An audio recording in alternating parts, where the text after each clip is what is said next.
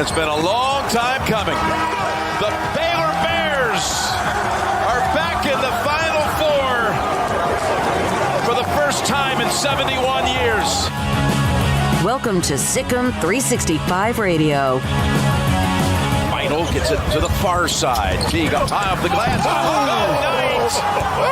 Final had to revitalize.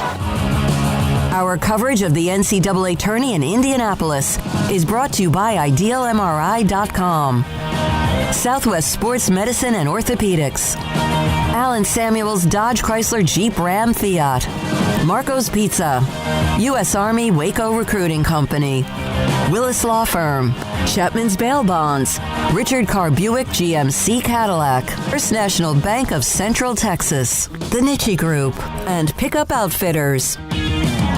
Here comes Butler. He's shifty. Look at that. Look at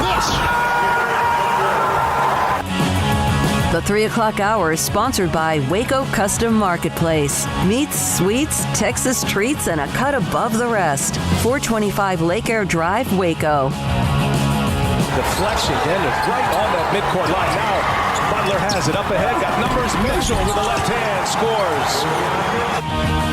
Have you downloaded the SicEm365 Radio app? Do it today on the App Store and Google Play. The other way, can they beat it on the fly? Flagler caught! Now we go live to coverage of the NCAA men's tournament in Indianapolis. Here's David Smoak, Paul Catalina, and Craig Smoak. Okay, here we go. SicEm365 Radio. Craig and Paul in studio. 101 Elm Avenue off of MLK in Waco, and Armstrong Sims there as well. I'm up in Indianapolis broadcasting yet again thanks to our incredible sponsors. And what a busy day when it comes to sports news and college basketball. Major League Baseball's opening day, and now just a couple of days away from Baylor and Houston and Gonzaga and UCLA in the Final Four. We have former Baylor star Roy Thomas today at 5 o'clock. He played back in the early 70s at Baylor. I knew him. Craig knew him. He was the head basketball coach at Tyler Junior College. He took North Carolina A&T to a national tournament a year after he left Tyler in what was an incredible moment. He'll join us today at 5. We'll also have Rob Douster from the Field of 68, Michelle Vopel from the NCAA Women's Tournament, along with many others today on SicEm365 Radio. Tomorrow, Homer Drew, Clark Kellogg, among others. All right, guys, here we go.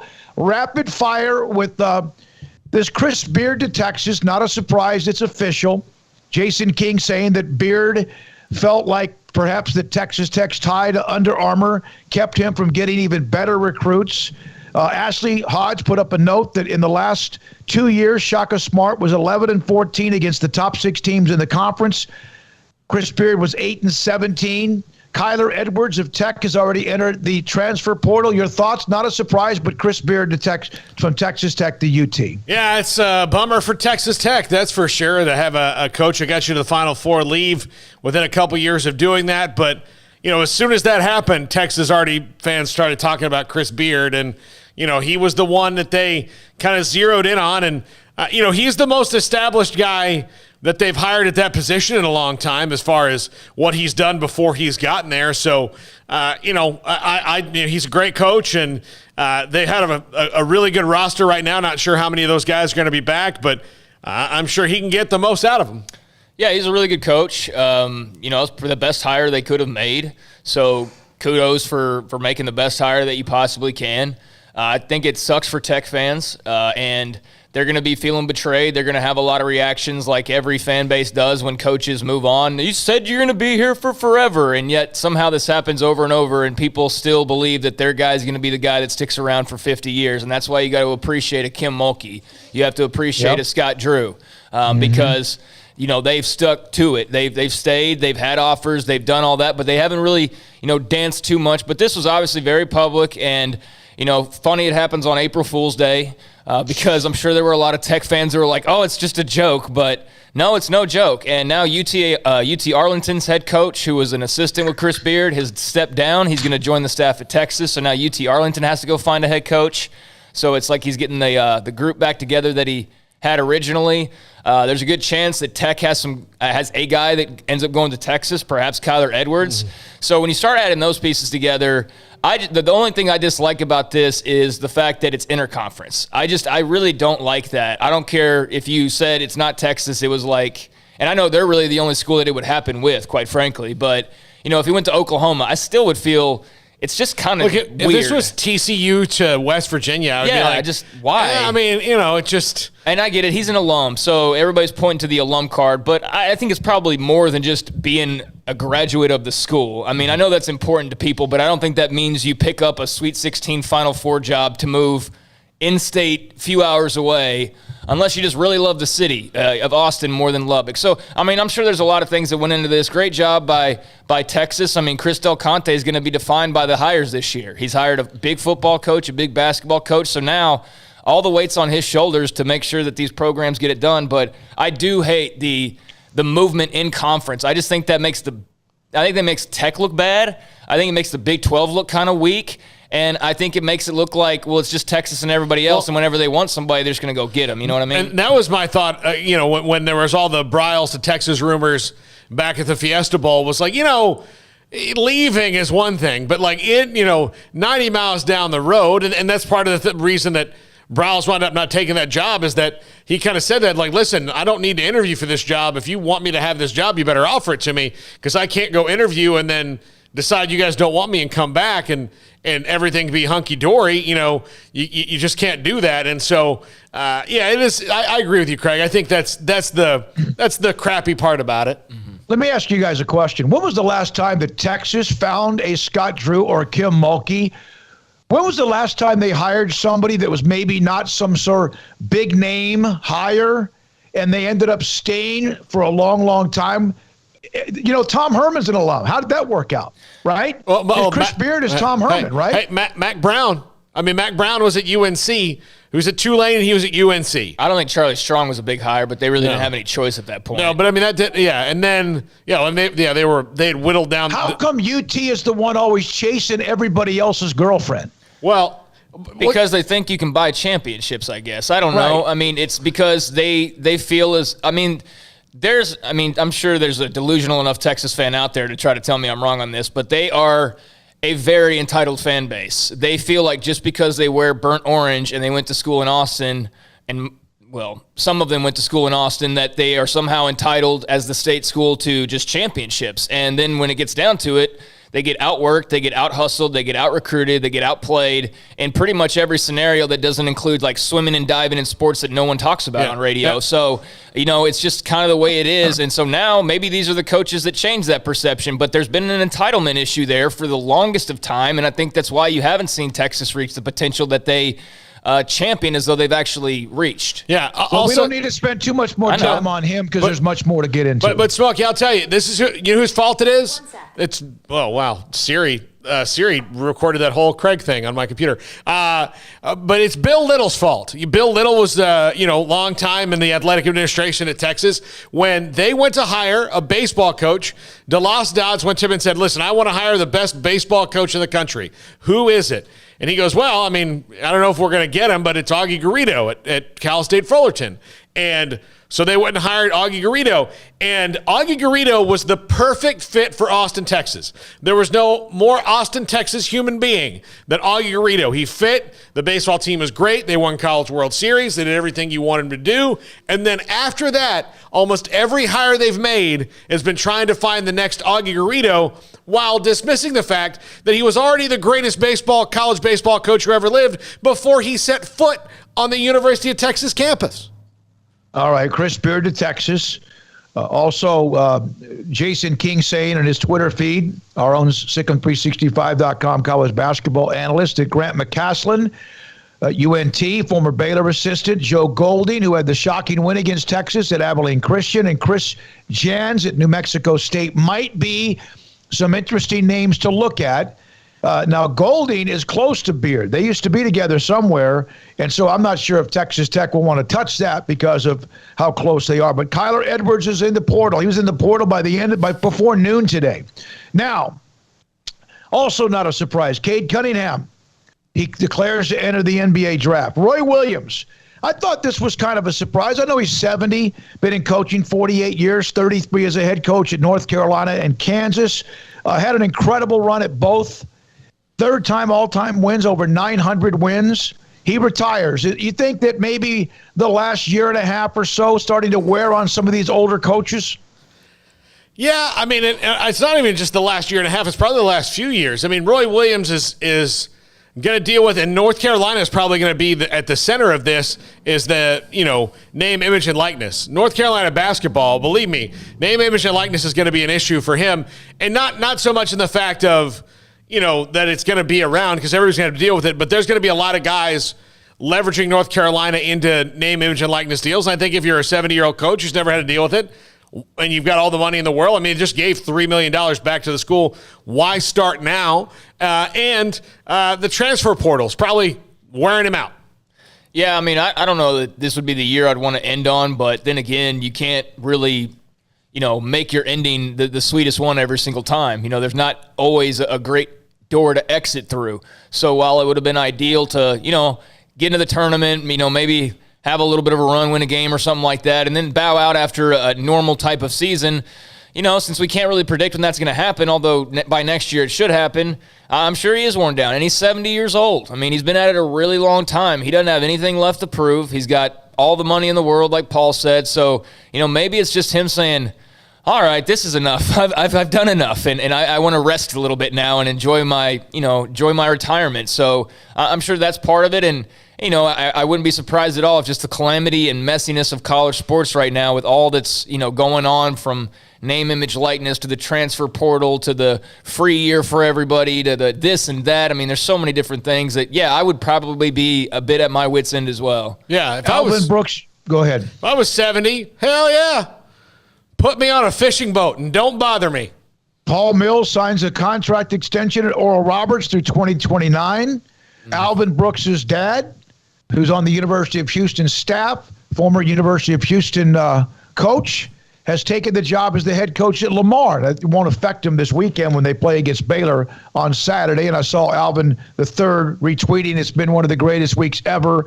Got to see his father after they both clinched the Final Four. They play Saturday, and his dad back at his alma mater at Lamar University. I spoke with somebody today, not on the staff of women's basketball at Baylor, but just kind of doing a little bit of calls on Dee Dee Richards, Dejanay Carrington, Moon Ursin. I believe that today is the day that players have to at least enter the paperwork to declare for the WNBA draft. The draft is not until, I think, the 15th. Now, you can enter the draft like you can as an NCAA men's basketball, but you cannot then have any kind of, obviously, incentives or inducements from an agent. You could even have contact with an agent. I don't know how this is going to work out. We kind of discussed this yesterday when the word that Jordan Oliver was going to transfer came out. Dee Dee, Dejanay, and Moon Ursin are those who have decisions to make, and I don't know. I thought that when they went into the Elite Eight, that Dee Dee and Dejanay most likely would leave. I thought Moon would come back. I have no idea how that's going to go, and I'm not trying to say there's more hope that Dee Dee or Dejanay will come back. But the thing about it is, and we talked about this yesterday, today's, I think, the deadline to file the papers, and then you have time to take your name out. So that will be interesting. I say that to get to this. Craig, you were very opinionated, as you should have been, as we have been, about Gino Auriemma. Yesterday, his comments about Kim and backing her up on what she said Monday night. You see my tweet? No, I did not. Read it to me. Well, I mean, I just felt somebody had to say something because I was seeing that there was nobody retweeting Gino's comments. And the other night, it was like 30 seconds, there was 300 more, and then 300 more, and then 300 more in regards to Mulkey. And I just felt like that was, a bit of a double standard. So Nancy Armour wrote the opinion piece in USA Today. She used words like appalling when talking about Kim's comments. She used other language like that. And I can't imagine she's much of a Kim fan based on what I was reading in her opinion piece. So I, after the Gino comments came out, searched around Nancy Armour's Twitter account, didn't see anything mentioned. I searched around USA Today, didn't see anything mentioned. I was like, oh, that's weird. Google Kim Mulkey, here's ESPN, Deadspin, every article, nothing on Gino. So finally I just tweeted at Nancy Armour and I said, looking forward to your updated piece with Gino's comments. Keep that same energy. So I don't know what's been written. I haven't looked around for articles on Gino today, but I did make it a point to at least point out that we are paying attention, and the way you talked about Kim Mulkey is the way you should also be talking about Gino Auriemma, but we'll see. All right, well, good for you. And then I say that because I did look it up today. Good. Gino Auriemma's comments, and it was on Yahoo, and it was in USA Today, and it was on others, including Michelle Vopel, who will join us today at 4:15. It was like there was a boom, boom, boom, boom, boom of articles about Gino defending Kim Mulkey's comments about not wanting the COVID-19 test. Ryan Young from Yahoo.com. There was somebody with USA Today. I don't know where Nancy Armour, who she writes for, but we'll have to monitor that, and we'll see what happens. But I did think that there was some response. Maybe not the same fire spreading through California wildfires type response, but there was some with Gino's comments that supported Kim Mulkey. And I wanted to see that because it's not, and I didn't tweet at Nancy Armour to like get people to rail on her. I never do that to get people to attack somebody, and I don't think really anybody did, but I did it, and I didn't do it to where everybody could see it. I just tweeted directly at her. Because I just wanted to make a point that people are paying attention, and there was big energy in her piece talking about Kim Mulkey. I mean, really strong feelings, and I quite frankly just feel like there's a bit of a double standard in the way Kim's talked about it and the way a guy like Gino's talked about most of the time. I know that part of that is Kim's fault because of how she's talked over the years, so I'm not excluding that, but there does seem to be a little bit of a different way, and so that's something that I'm gonna, if I can check it a little bit, then I'm gonna do that, and I'm glad to see that there are some pieces being written today, kind of clearing things up a bit. T-Rex, who's on his way to Indianapolis. USA Today hasn't been relevant since they had the cover article of Marty McFly's son crashing into a bank in Back to the Future 2. Wow, that was a long time ago. A long time ago. Oh, look, and it was a long time ago. The movie came out in 88 and then, or 89, and then that was in 2015 anyway in the movie. So either way, by the way, Armstrong just sent this out, guys. AP Coach of the Year, Juwan Howard. Wow. Cool. I'm not going to argue with that. I just, if there was a year for Scott to get it, then this would have been a great year for him to get it. You could say the same thing about Kelvin Sampson or even Mark Few, right? Juwan Howard did a hell of a job at Michigan. Sure. He did. All right. Thanks for the USA Today was where Nancy Armour, by the way, she writes, but it was Steve Gardner who was the one that actually did the story about the comments from Gino Auriemma. Major League Baseball opening day. It's like, really? It's here, right? And it's like, I don't know, maybe I'm not paying attention. I was watching some of the coverage, Yankees and Blue Jays among some others. Miguel Cabrera homered, the first home run of the year in snow as the Tigers lead the Indians. Rangers are about to start their opening game at Kansas City. Astros tonight play in Oakland against the Athletics. Yeah. Golly, it's here. It's here. I think part of the reason that just the collective group of SicEm365 Radio here, at least the three of us on the show, might have a, kind of a general malaise fall over us when it comes to this is that, the Rangers and Red Sox, and that's the teams that we root for collectively, are, not good. Yeah, it's kind of snuck up on me just because even though I'm a baseball fan, always have been, but just basketball's taken precedent and football spring practices have taken precedent, and those have taken most of my attention. But, it's good to see baseball back on TV.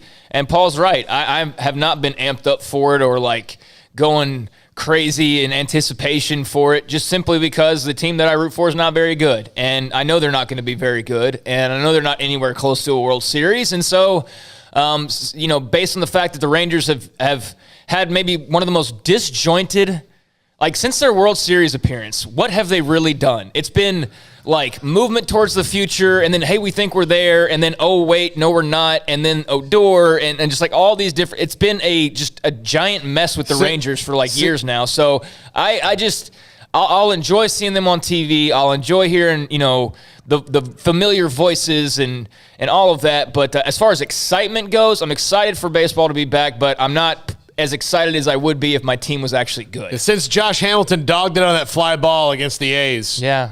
It's been Odor's punch, really since then especially, but yeah. Yeah, speaking of baseball, President Biden blasted the Rangers for a non-limit of capacity for their opening home game, which is next week. I think it's a mistake. They should listen to Dr. Fauci, the scientists and experts. I think it's not responsible. He said the same thing, 3 weeks ago about the state of Texas opening up and dropping some of the mandate, right? Yeah, at least he's consistent.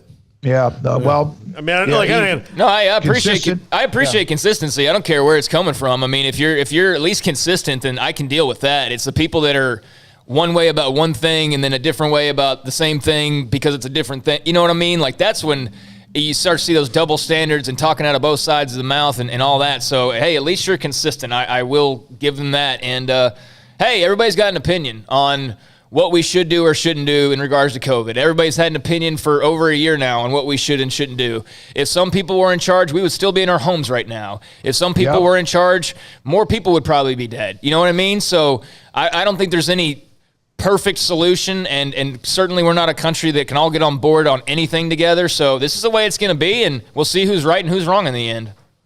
Baylor has unveiled a commemorative Final Four ticket through Baylor Athletics. I don't know if you've seen that. SicEm365.com has something up in the premium section. Also, there's an app where you can actually buy a commemorative Final Four ticket. It's not one to get you in the game, but it's something for a keepsake, some sort of commemorative, like I don't know exactly. I saw it. So I just want to let you know that Baylor Athletics is having that commemorative Final Four ticket. That's available for those of you interested in buying that right now. Now, so we will hear from Roy Thomas at 5. He played in 71 and 72 at Baylor. Also today, we'll hear from Rob Douster here in a moment about Chris Beard, Roy Williams, and how the domino effect of whatever that leads to at some point. I saw an article, and I can't remember who wrote it, about Roy Williams and maybe those like him. I don't know if this eventually means Jim Boeheim, Mike Krzyzewski, or some of the others who are Hall of Fame legendary, that, you know, they used to pretty much dictate college basketball. Things are changing, as you mentioned, when it comes to the transfer portal, to many things, name, image, likeness. But that was interesting. Pat Nunley at 4 today. We'll have Mickey drop in at 4:30, and so here we are, 2 days away from the Final Four. In fact, the Final Four will tip off in around 49 hours from right now. Baylor in Houston, and then Gonzaga and UCLA. Anything else, guys? Nope. I mean, I'm going to take off here in about 20 minutes to go watch Baylor's open practice window. We had 2 last week, I guess because it was the first week, and then we'll have an open window today, and then I'll leave again at the end of the show because Sean Bell will be talking. And apparently, from what Taylor said the other day, I think there might even be a couple quarterbacks that talk, I think. So we'll see on that. But, yeah, I'll be back for this next segment, but we'll jet here pretty soon, and we'll have that as well, either on the show, what I can bring, or, obviously stuff on the website afterwards as well with all the audio. And, Baylor Pro Day yesterday, I didn't see much in the way of reaction from, like, NFL writers or mock drafts or anything like that. I kind of said this on the show yesterday that it was a great event. They did a great job holding it. It was fun to see Aranda out there, running around a little bit and just kind of being there, and the coaches and the players who weren't participating all there. But that's the way it is every single year at a pro days. But it was cool to see it in I guess, this setting when we've been so far apart from each other for so long. But, yeah, I mean, we'll see with William Bradley King. I still maintain that he's probably the only chance they have of having a player drafted. But I guess my big takeaway from yesterday, and I'm not sure if I mentioned it or not, was that both Jake Burton and William Bradley King, although I guess I think I did mention it, but although they were only on campus for a year, it was pretty cool to hear their comments on the time they had at Baylor, and they enjoyed it. So, there's audio for those who may have missed that. We've got guys who have a chance in the NFL, and some guys who I guess were out there just enjoying having a pro day as well. So if you want to check that out, there's like 6 or 7 players that talked, and we've got that audio. All right, by the way, I take it back on the Rangers. First inning, no outs, already 4-0. Listen. I'll tell you how excited I was for baseball to be back. Look, if the first 4 batters of the year, 5 batters are going to reach, and they're not, like, pitchers can't even get them out. I mean, everybody's going to bat 750. The OPS is going to be something you couldn't even understand. So I take it back. Rangers are World Series caliber based So on excited. beating the Royals 4-0 before the Royals have even gotten an out. Or who in the hell is Nate Lowe? He's one of their 2 first basemen. Okay, good. Yeah. Good to know. Yeah. Okay. Rangers may not give up a run and may not lose a game. Their magic number right now is 161.5. They might cause a problem for all of Major League Baseball because it doesn't look right now like the Royals can even get an out. So this game could go on in perpetuity. Man, those baby Blue Jays uniforms are something else, man. That is a different. Y'all like that? I kind of do. I like it. I'm like. I think I do like it as well. It's just I mean, I know other teams have worn, we've seen uniforms like this, seen the Blue Jays wear stuff and all that, but that's a lot of baby blue on opening day, especially backed up against the Yankees uniforms. It's like the biggest contrast. Yeah. But anyways, good to have baseball on TV. I am enjoying that right now, so that's a good deal. When we come back, Rob Douster, the field-of-68.com, his thoughts about Chris Beard, Roy Williams, Baylor, and Houston, Gonzaga, UCLA, college basketball. Happy for Paul Mills to have the contract extension to 2029 at Oral Roberts. This is SicEm365 Radio. Pioneer Steel and Pipe, your home for heavy-duty materials to build something. Pioneer Steel and Pipe, family-owned and operated since 1943. Customer service, main focus. Strive to build relationships with customers and want every one of you to look forward to coming inside the building to look at what you need to build something that's your own building. Offer metal buildings and components, metal roofing, structural pipe, all types of structural steel, beams, channel iron, flat iron, angle iron, square, tubing. Large inventory, a very large inventory. And for whatever reason, if they don't have an item in stock, they'll get it for you. Offer high-quality materials. We'll make sure metal building bids are structurally sound. Competitors with bid on buildings, sometimes it's a little bit low, but that means it's not quite as durable and could be cheaper. And they want to make sure, Pioneer Steel and Pipe, that you don't have any kind of compromise to the structural integrity of what you're building. Offering the fastest turnaround time in the business on metal building orders, large pipe inventory, many options available in building a nice fence or an entryway. Pioneer Steel and Pipe, Waco and Bryan, open Monday through Friday, of course, but also 8 until noon on Saturday. And you can find them at pioneerboys.com.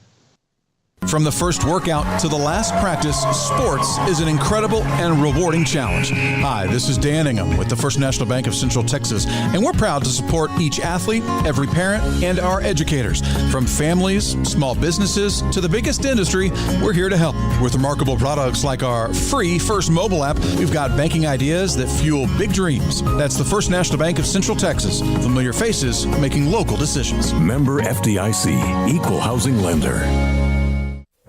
Stepping into the boots of a U.S. Army officer can add confidence and leadership skills to your son or daughter's career path. See all the things they can achieve in our boots at GoArmy.com. U.S. Army Waco Recruiting Company, 254-598-8131 or 254-776-1543.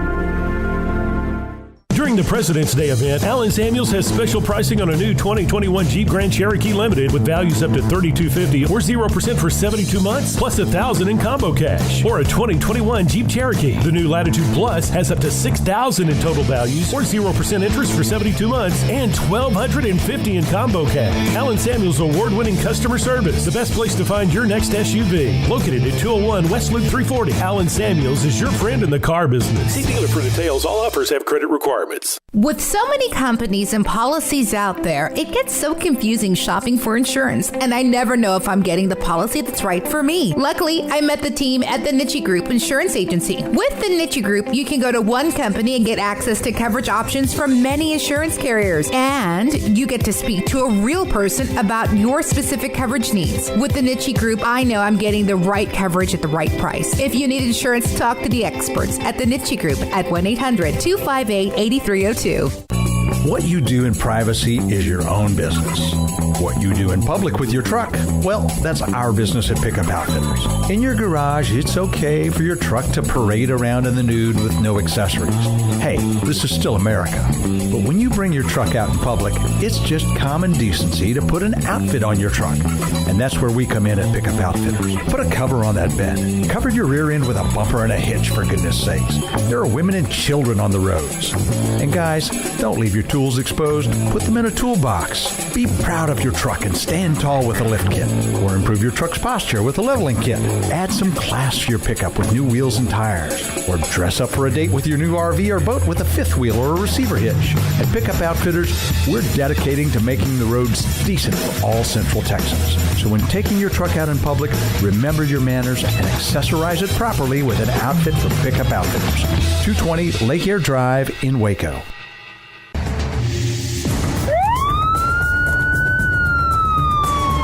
If you or a loved one or friend has been arrested and you can't afford bail, trust Terry and Chase Chapman at Chapman's Bail Bonds, covering Waco and McLennan County for over 25 years. Chapman's can bail you out anywhere with experienced, knowledgeable local agents who are committed to serving you professionally, respectfully, and with the highest integrity. Chapman's understands your privacy is important. Your freedom can be secured fast when you use Chapman's Bail Bonds.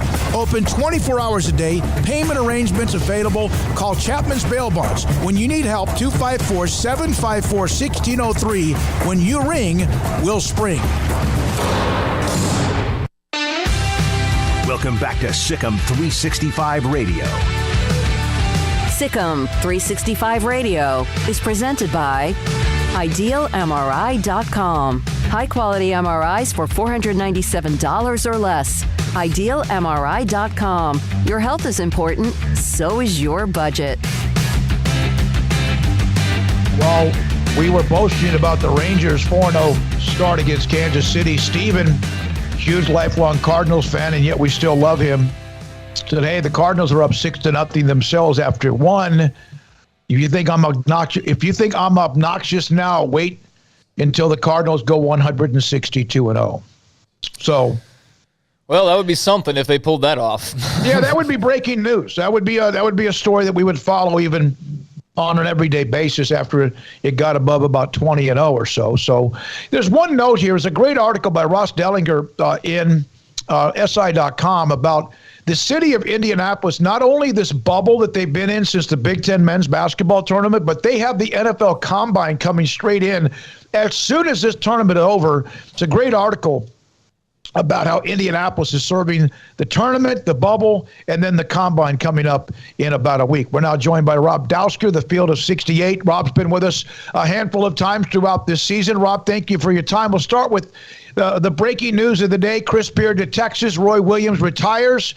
Your thoughts about either one of those stories? Been quite a day in college basketball, huh? Yeah, it sure is. I think the Chris Beard thing was something that we all kind of knew was going to end up happening. That one's not really surprising, I think, to anybody. The Roy Williams thing, there were rumors over the past couple days. I don't think that he is a big fan of having to relearn how to do everything, how to deal with NIL stuff, how to deal with all the transfers that are going to end up popping up over the next couple of years. And I don't.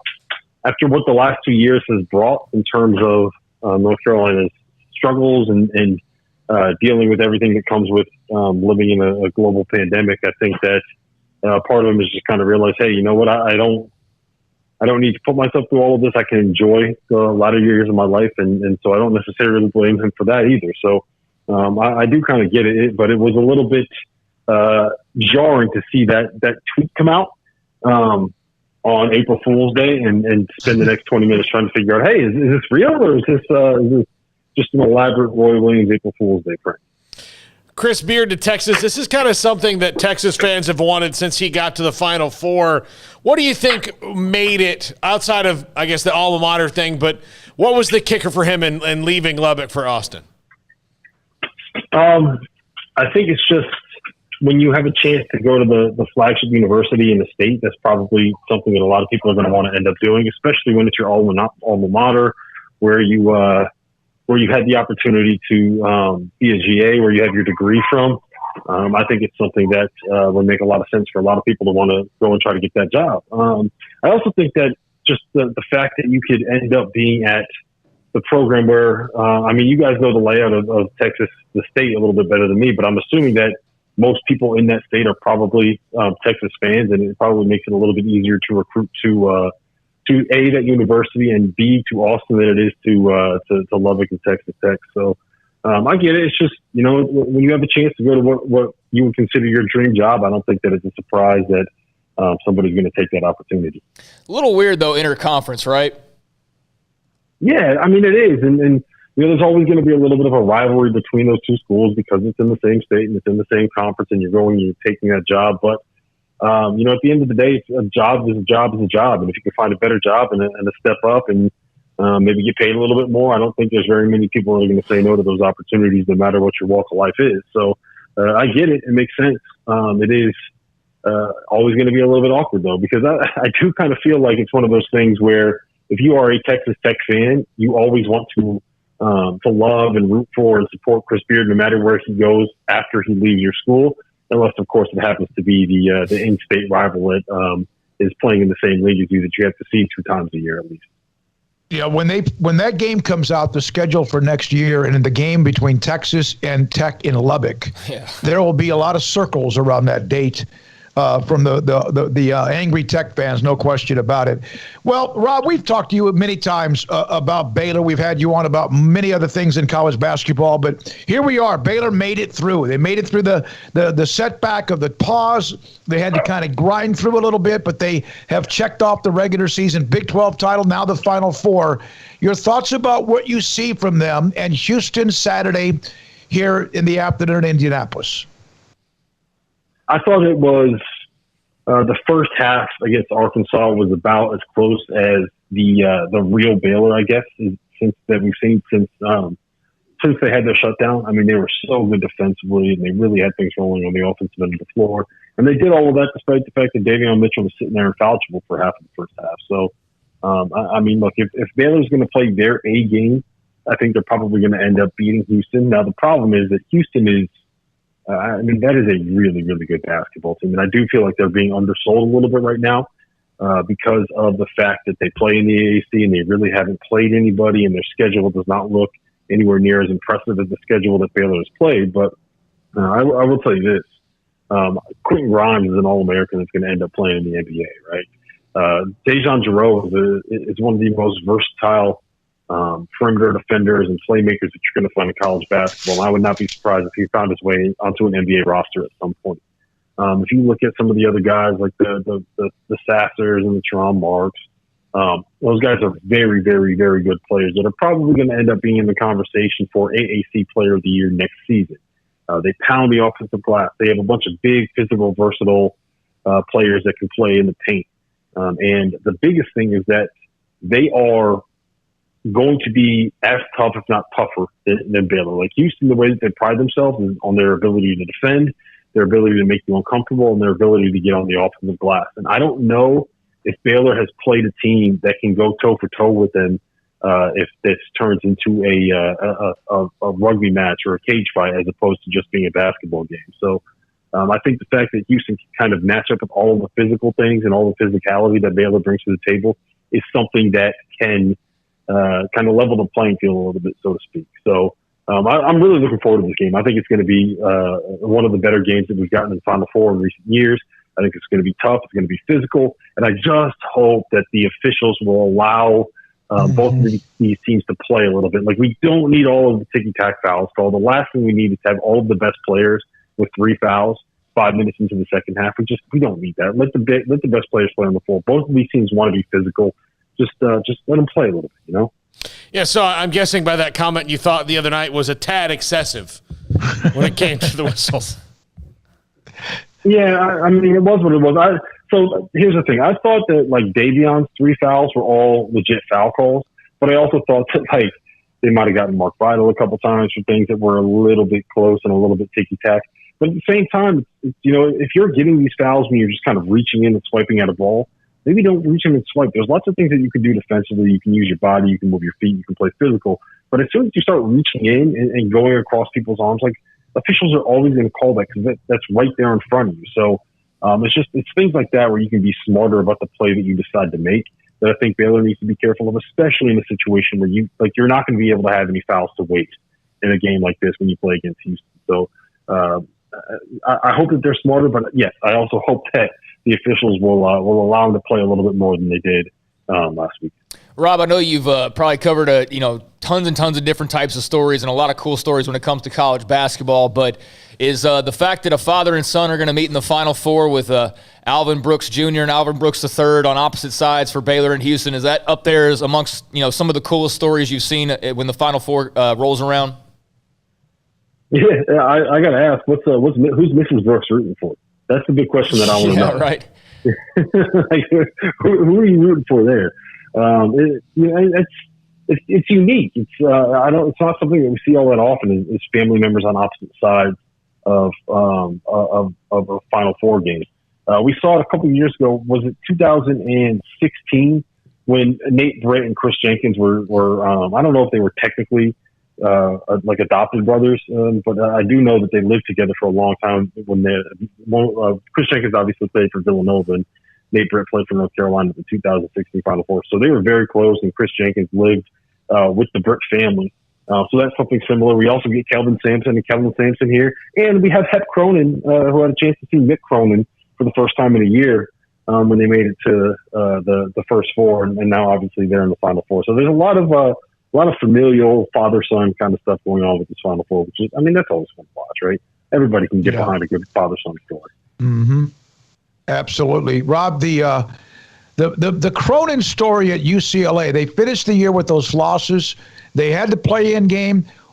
Is this the start of something really big at UCLA? Because sometimes we say that, blue blood or not, and then it doesn't materialize. Is he about to turn that thing into a monster? I don't know. I've always thought that he probably has a chance to, just because, look, when it comes to being able to win and get teams to the NCAA tournament, Mick Cronin can do it at a level that only five other guys can. I think it's Mark Few, Bill Self, Tom Izzo, Coach K, until this year.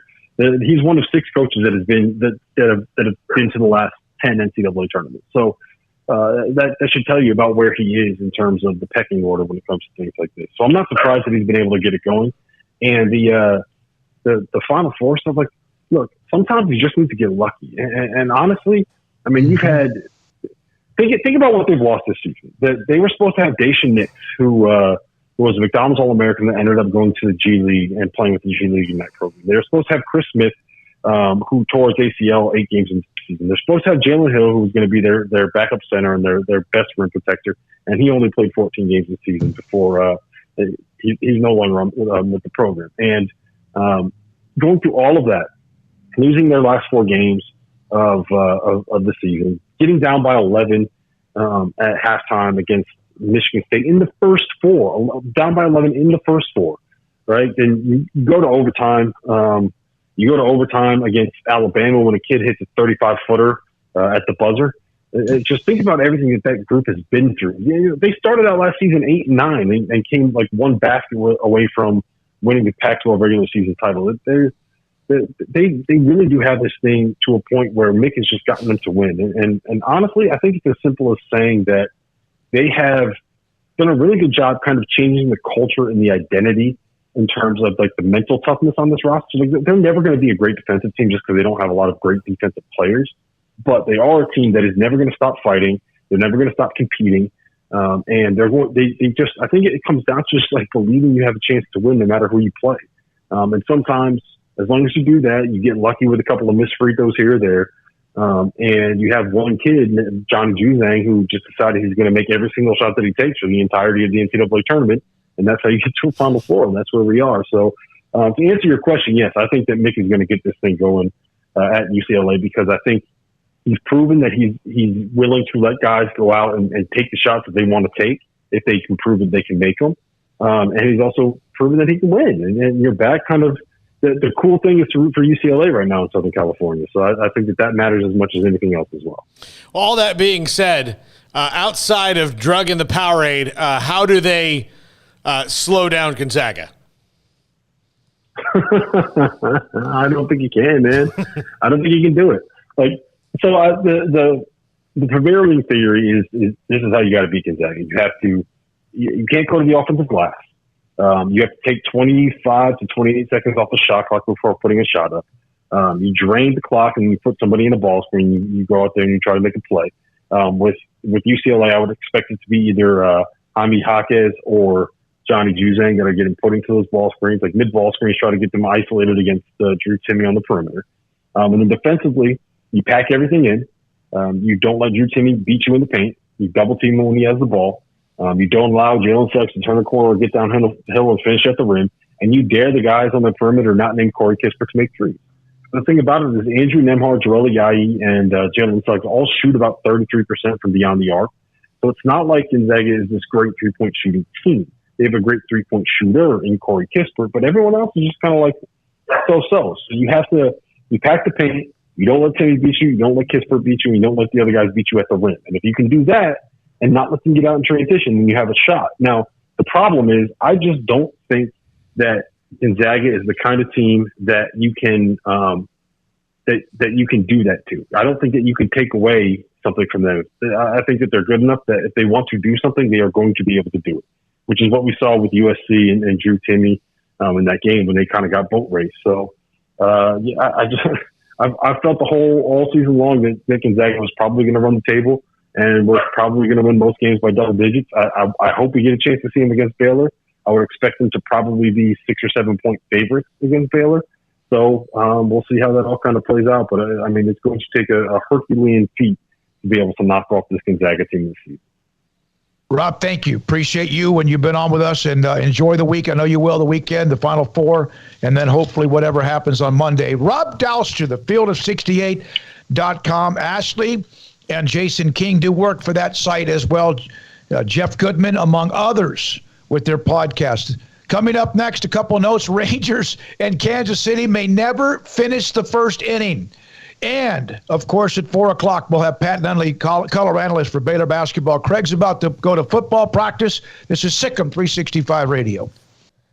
March means it's time to celebrate 22 years of serving Waco and Central Texas with big savings on all cars and trucks on the lot at Richard Carr Buick GMC Cadillac. If you're looking for the best truck, well, you want a GMC. You can find savings like $8,000 off a 2021 GMC Sierra or save $6,500 on 2021 GMC Acadias or Terrains. And all 2021 Buicks have deep discounts. You can save $4,500 on 2021 Buick Encores, $3,500 on 2021 Buick Encore GXs, or $3,500 on 2021 Buick Envisions. You can also save $6,000 off a 2021 Buick Enclave, where qualified buyers can get 0% financing for 72 months. And Richard Carr Motors is your local dealer, your local family dealer that wants to earn your business with great prices, free oil changes with a new purchase, and priority warranty service on all vehicles purchased. So come by their clean and disinfected showroom, take a test drive, or let them bring the test drive to you. And right now during the big basketball tournament, come on by the dealership and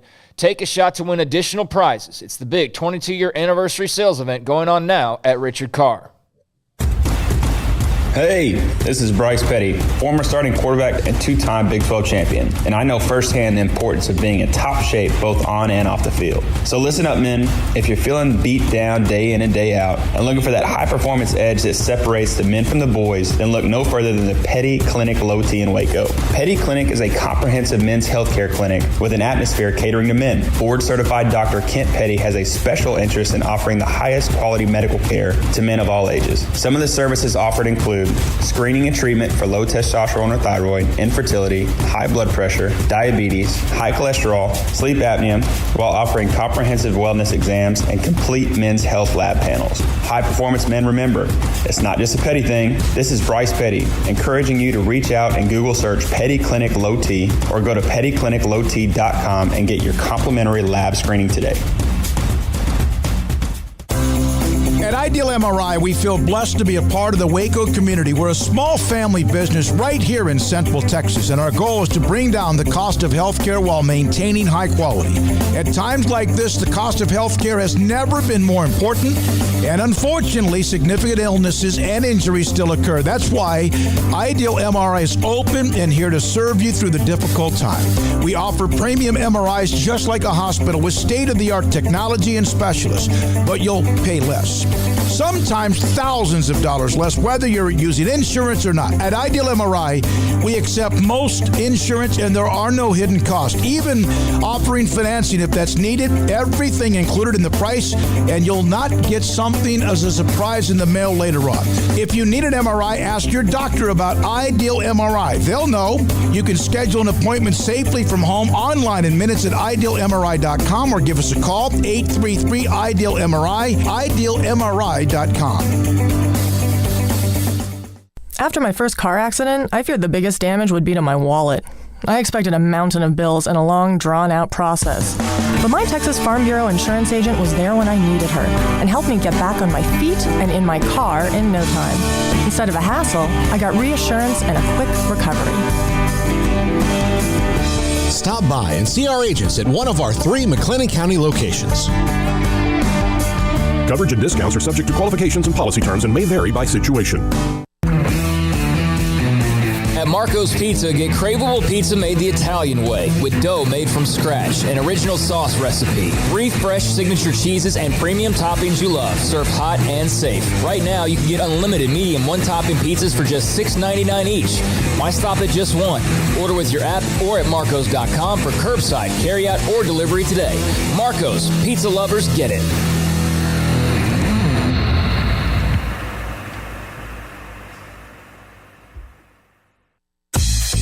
Southwest Sports Medicine and Orthopedics, the team physician of Baylor Athletics. Our doctors specialize in the diagnosis and treatment of any and all sports-related injuries, celebrating over a decade of service in Central Texas. Our doctors are equipped to handle a wide range of issues, whether it's your foot or ankle, orthopedic spine care, your hand or wrist, knee and shoulder pain, or if you're in need of our arthritis or total joint clinic. Come see us at the new Baylor Scott and White Ted and Sue Getterman Sports and Orthopedic Center. Trusted doctors at Baylor Trust, Southwest Sports Medicine and Orthopedics. Our goal is to get you back in the game.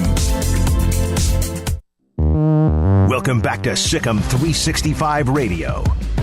March marks 22 years for Richard Carr Motors. Celebrate with big savings going on now during the anniversary sale event. All right, a couple of notes. Toya Wilson. Is that music up louder than I hear it, or is... No, it sounds good with your voice. Okay, maybe it's just because of where I am, the technology. Toya Wilson was on the Michigan staff, the last couple of years or so, was on the Baylor staff with Kim Mulkey. She has been named the head basketball coach at SMU.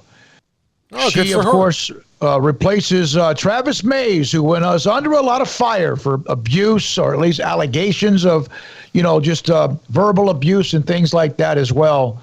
Well, that's a good camera shot, whatever's on the air right now. Am I seeing what is actually on the air? That's confused me this week. No, what's on the air is you right now. Okay. So you are on the air. All right. Jack, who doesn't like me, is trying to take a bad angle, I think, is setting up the cameras. But also this. The Rangers, Paul, have you checked in on your favorite baseball team? Not the Red Sox, but the Rangers. Look, this game is, I take it back. This game is never going to end. No, the inning is never going to end. Yeah, I mean, like I said, it's going to just go on and on. 5-4 Rangers. They scored 5 runs in the top of the first. They've allowed 4 runs in the bottom of the first. There's nobody, 1 out, and bases are loaded. Yeah, it's great to have 3 TVs going with America's national pastime on, but man, the Rangers just, and I knew this was going to happen. When your number one, you did. Your number one starter is Kyle Gibson. Do you know how many pitches he's thrown? A lot. Guess. Don't look. Guess. 38. No, 32. Okay. He's already been taken out of the game. That's why they went to commercial. I was looking at you. They went to commercial. Do you know what his earned run average is right now? Let's see. If he only has 1 out and he's given up 4 runs, it's probably about 90. 108. 108, yeah. They brought in a guy named Hearn. Let's see, Taylor Hearn. The Rangers 5-4. Hearns come in, bases loaded, 1 out. Okay, that's enough of that. For Stephen Vaughn, who listens, 7-1 Cardinals now in the bottom of the second. Astros play tonight in Oakland. Also, Kirby Hocutt. So listen to some of these comments, okay? Let me go back to where I was on the Twitter feed of Don Williams of the Avalanche Journal. Kirby Hocutt. Beard said everybody on his staff was offered the opportunity to join him at Texas. Hocutt said Beard leaving for a Big 12 and in-state rival? Absolutely, it frustrates you. Heck yeah, it does. He said he and Beard had conversations about how to downsize the, is it Spirit Arena? Mm-hmm. Something I reported Beard was wanting to do 3 years ago. Williams said, Hocutt said, to improve the fan experience, UT new arena is supposed to be about a 10,000-seat stadium. Williams also said, Hocutt, they'll use a search firm, plus a 4-person search committee. Himself, Lawrence Shavanik, Dusty Womble, and former Tech and NBA player Tony Battie. Kirby Hocutt, today is not a setback. Today is a change in direction. One more note, I thought this was telling. He said that Beard shared with me he was ready for another challenge. He was ready for the next challenge. How long has he been there? I mean, not long enough to where I would feel that he had accomplished everything. But I mean, there's other things. It's, if I was coaching at UCF and Florida State said, come on, I'd be like, you know what I'm doing? I do think it's the alma mater thing is a big deal. He did say this. So he actually said money was not an issue when Hocutt said they did not even have an opportunity. This is with Chris Beard going to Texas, was not even given an opportunity to counter whatever Beard was offered at Texas. Obviously, Beard knows that Tech was going to give him a bunch of money and that, he's not going to have to worry about it for the rest of his life. But money, saying money is not the issue. Believe me, you don't go to the University of Texas knowing how much money they have and say, listen, guys, I'd like to earn your trust. I'm not, you know what? I'm going to lowball myself. 38 grand a year, I'll prove it. That's not what you're going to do. Texas said, hey, bring whoever you want. Here's what we're going to pay you. It's obviously the Nike, although Hocutt said that the Under Armour, whatever was mentioned about that was not any kind of impact at all on this decision. So that's it. Here's the deal. I know Baylor fans, I saw a thread that they're looking for Texas Tech fans are devastated. Even Patrick Mahomes shed a tear or whatever as far as in a GIF or GIF. Here's the deal. You've been here. You've been here before. And it's not fun. And if you're not a blue blood in certain sports, it's unfortunate. That's why you should embrace Kim Mulkey and Scott Drew more than maybe you even do now. Yeah. Because Texas would love to have both of them no matter what they say. They would give a left nut if they could have either one of them. That's very true. And I'll say this, Baylor as a university, for the most part, doesn't have coaches that leave. Outside of football, and that's kind of its own animal, but basketball, both haven't left. Jim Barnes was here forever before they let him go. And I don't think Ryan McGuire has any, designs on going any places. Todd Harbor, track, has been here forever. New tennis coach now, but before the last one, Matt Knoll was here forever. Joey Scrivano's been here forever. Glenn Moore's been here forever. Steve Rodriguez is going on his, 5th or so year right now. Before that, the baseball coach is here forever. So the coach before him was here forever. So, yeah, you should appreciate that you don't have to do this all the time. Only when eventually Steve Smith and Ian McCall started to kind of get at each other, and Steve Smith left. And I remember that emotional day because I was in his office that day. Only because of a scandal or two, which is 1, 2, or 2, 3 too many. Other than that, people stay. Jim Barnes in volleyball left. He and Ian, he eventually is at Tulane, and they like what they have with Coach McGuire. So, yeah, Clyde Hart. Look at Clyde Hart in track and field, and also with Todd Harbor and Ford. They have been around forever. Yeah, track and field at Baylor is kind of like if you drew a trivia category that was named the last 4 Steelers head coaches, you'd be like, yes, Chuck Noll, Bill Cowher. Yep. Mike Tomlin. There's not a 4th one.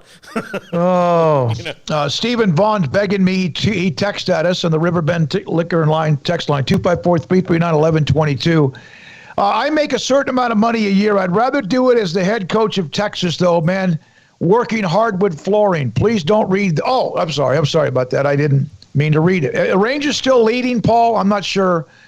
It's tied. It's tied in the 2 outs in the bottom of the first. They're the only one that could score 5 in the first, tantalize you, even though you know not to get tantalized, and then turn around and, of course, kick you right between the sore spot. Now, coming up next, Pat Nunley, Baylor color analyst. He'll join us. We'll also have former Baylor star Roy Thomas today at 4, and much more. Tomorrow, Clark Kellogg, Homer Drew, and there's a couple of others that I've lined up for tomorrow for us. Craig's at football practice. This is SicEm365 Radio. If you like to smoke cigars, Don Humidor is a place to do it. In fact, I heard from Ben. He's on his way up to Indianapolis, and he told me he wanted to take me to dinner tomorrow night. And he said, hey, let's go find a nice little cigar bar and relax a little bit. If you're looking for cigars in Central Texas, you can go to Don Humidor in the Town West Shopping Center off Valley Mills in Waco. Carol and Ashley do a great job there. They have a 48-foot walk-in humidor. Remember when they were in their old location in the same building? They moved down just 2 or 3 notches, 2 or 3 businesses, and they built the 48-foot walk-in humidor in a very slow, tedious, methodical way to make sure that humidor was flawless, and it is. And they have Macanudo and Arturo Fuente and Rocky Patel and Padron and Cohiba, the great names of cigars. Plus, they have coffee beans, fresh coffee beans with flavor, aroma, and great taste. And then they have CBD products as well if you need them, including Vita Dreams that allows you to maybe relax just a little bit more and fall asleep a little bit quicker to save yourself a little sleep each night if you struggle sometimes falling asleep. It's Don Humidor with Carol and Ashley in the Town West Shopping Center off Valley Mills in Waco. At Baylor University, students find their place to shine. They're faithful friends and inspirational leaders. They're championship teammates and independent thinkers. They're on the cutting edge of high tech and in the halls of history. If you want to make the world a brighter place, you can. And if you want to shine in your own way, you can. The spark you need is already inside you. Bring it to Baylor, where lights shine bright. Qualified buyer, see dealer for details. The anniversary sales event is happening now at Richard Carr. 22 years in Central Texas is worth celebrating with big savings on all cars and trucks. Savings like $3,500 off a 2021 Buick Envision or Buick Encore GX. Save $6,000 off a 2021 Buick Enclave. Save $6,500 off a 2021 GMC Terrain or GMC Acadia. Come by for prize giveaways and deep anniversary discounts on every car or truck on the lot. It's the anniversary sales event going on now at Richard Carr. At Richard Carr, we give you more. Do you or your kids get nervous about going to the dentist? Stonewood Dental, Dr. Steve Childress, he can help. I've spent a career taking care of patients who as children had bad experiences, and now they're adults that hate going to the dentist. If I get a kid at 3 years old and they come every 6 months and it's a happy experience, it's normal for them. Now they have an accident at 6 or 7 or 8 at school. Now they have a broken tooth or a trauma, and they have to come here. They're used to lights, they're used to water in their mouth, they're used to experience, they already trust us. It's amazing what we can do with that kid without it being a negative thing. But if I see a 6 or 7 or 8 year old that's never been to the dentist, and now they have a trauma or an unfortunate unexpected toothache, it's harder to do that for that kid and it not be somewhat of a negative experience. So bottom line is I try to teach kids and adults and teenagers and everybody the way I'd want my family treated, which is where it's a necessary part of life. You just take care of it. It doesn't have to be that big a deal. Learn more, stonewood-dental.com. Let Camille Johnson Realtors guide you seamlessly through the process of buying your dream home or selling your current one. Commercial, farm and ranch, or residential, Camille Johnson Realtors can smoothly and successfully lead you through any transaction. With a team of 28 experienced agents who are excited about serving you, Camille Johnson Realtors services the entire greater Waco area. If you're in the market to buy or sell, contact Camille Johnson Realtors, 104 Midway Center in Woodway, or find them online at www.camillejohnson.com. Camille Johnson Realtors, elegant, charming, warm. Welcome home.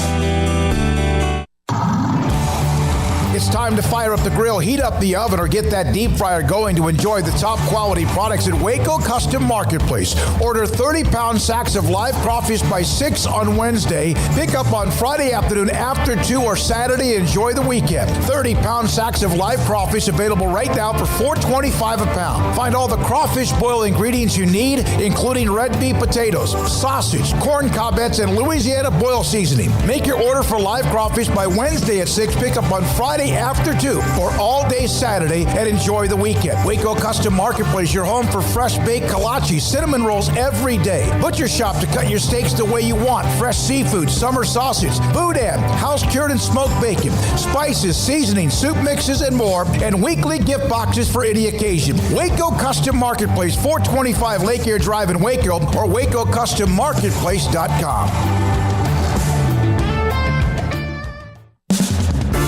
And it's been a long time coming. The Baylor Bears are back in the Final Four for the first time in 71 years. Welcome back to SicEm365 Radio. Here goes Mitchell. Oh, what a pass! Driving off that baseline, Maceo Teague. Our coverage of the NCAA Tourney in Indianapolis is brought to you by IdealMRI.com, Southwest Sports Medicine and Orthopedics, Allen Samuels Dodge Chrysler Jeep Ram Fiat, Marco's Pizza, U.S. Army Waco Recruiting Company, Willis Law Firm, Chapman's Bail Bonds, Richard Carr Buick GMC Cadillac, First National Bank of Central Texas, The Nichi Group, and Pickup Outfitters. A little nickel dimer in the lane, and it goes. Yes, the basket counts. Teague. The 4 o'clock hour is sponsored by Boozer's Jewelers, the wedding ring store, specializing in custom jewelry and repair, all in-house. Trying to sneak it in, heavily covered there. Potter on the net, pickpocket right here. Hold on!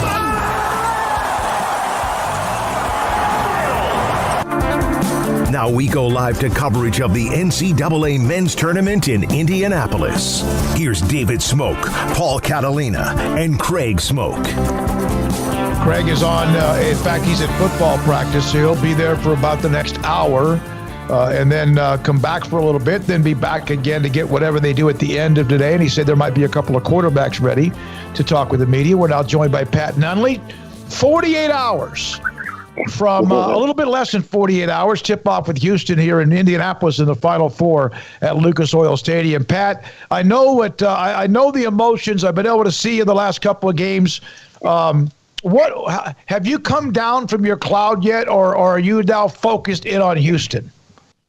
I'm still pretty high up there, Smokey. I'm enjoying the ride, and I've got our notes, and I'm all prepped and ready to go. But I'm still riding high. I mean, this is for Baylor basketball. It's literally a once in a lifetime experience. Hopefully there'll be more, but I'm ready to go. I tell you, I've got a real job, and I'm not worth a flip this week in my real job. I mean, I am so distracted, and my colleagues are great. They're saying, look, just chill out, get your game face on. We'll see you Tuesday. So that's good. Yeah, at least if they win at all, Tuesday will be the actual. You'll still be excited, but there won't be. You have to go back and do it. Like you can adjust to your normal life again. I think so. I mean, if it all goes as planned, I'll still be floating pretty high on Tuesday. But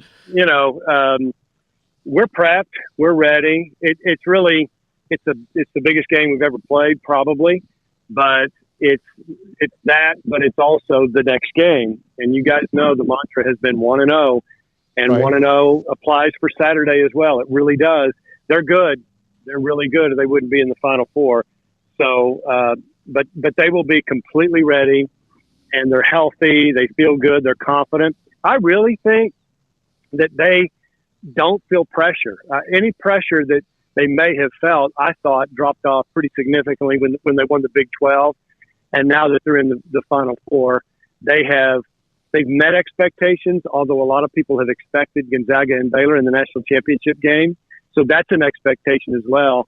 But as far as the team is concerned, I think we as fans feel more pressure than they do, honestly. You know, Pat, I'm glad you brought that up, because that basically was my next question. And we asked Jared Butler this a couple of days ago, because the expectations were so high, and winning the regular season title was one box they checked, but getting to the Final Four, and especially since they had to do so much from the time they had the pause to now, do you feel like that it does take any kind of burden of the expectations off their shoulders, and they can play free and easy? Not that they play sloppy, but they can play without, oh my God, they didn't make it to the Final Four. I really do, but I also think that that's my thinking. That's not their thinking. Sure. I know these guys just have a swagger.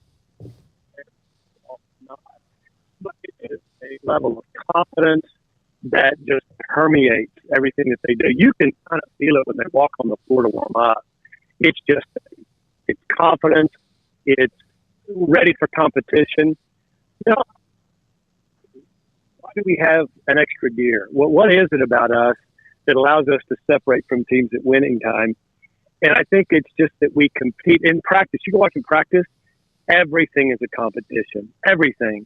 Layup drills, free throws, sprints, anything that they can declare a winner of, they do. And that's all through every practice. These guys play Uno, because you guys have met so much different. They're legendary Uno players. Apparently, they're not playing just a volley, right? I mean, they are there to win games. And so that's their attitude. Nothing changes about that. Let me see if I can reconnect with Pat here, Smoaky. Yeah, okay. It might be because of a hotel or a concourse or something like that as well. Pat Nunley, former Baylor player, and also color analyst with Baylor, the Learfield IMG broadcast with us on SicEm365 Radio. I saw them when I came into Indianapolis on Thursday. I was at the game on Saturday. I walked in the Hinkle Fieldhouse, and there was Pat, J-Mo, ready to broadcast the game, and you could just see the anticipation. Paul, go ahead. You're back with Pat Nunley again. Yeah, Pat, for this, I know a lot of Baylor fans will say, look, Houston hasn't seen a team like Baylor all year, but at this point, is that kind of fool's gold given what Houston's already done, and it doesn't really matter who Houston's played. They've got one game to get to the championship game, just like Baylor does. Yeah, and their statistics support the fact that they are in the Final Four. I mean, they are legit. They didn't sneak their way in. Now, they did play a 10 seed, 11 seed, 12 seed, 15 seed, but I really don't think that matters on Saturday. They've earned their right to get here. They are really, really good, of course. I think they're a lot like Texas Tech. You know, have we played anybody like them? I think we have. Have they played anybody like us? I'm not sure, but I believe they're ready. They match up, I think, pretty well with us defensively, and that will be their focus. But I think Paul Mills and Oral Roberts made a really good point after maybe their second win. He said, in the NCAA tournament, that number in front of your name, which indicates your seed, is utterly irrelevant. I mean, that's UCLA. Right now, that is irrelevant. Who you've played, how you've done, it does give both coaches the opportunity to strategize, know what they tend to do well, maybe not as well.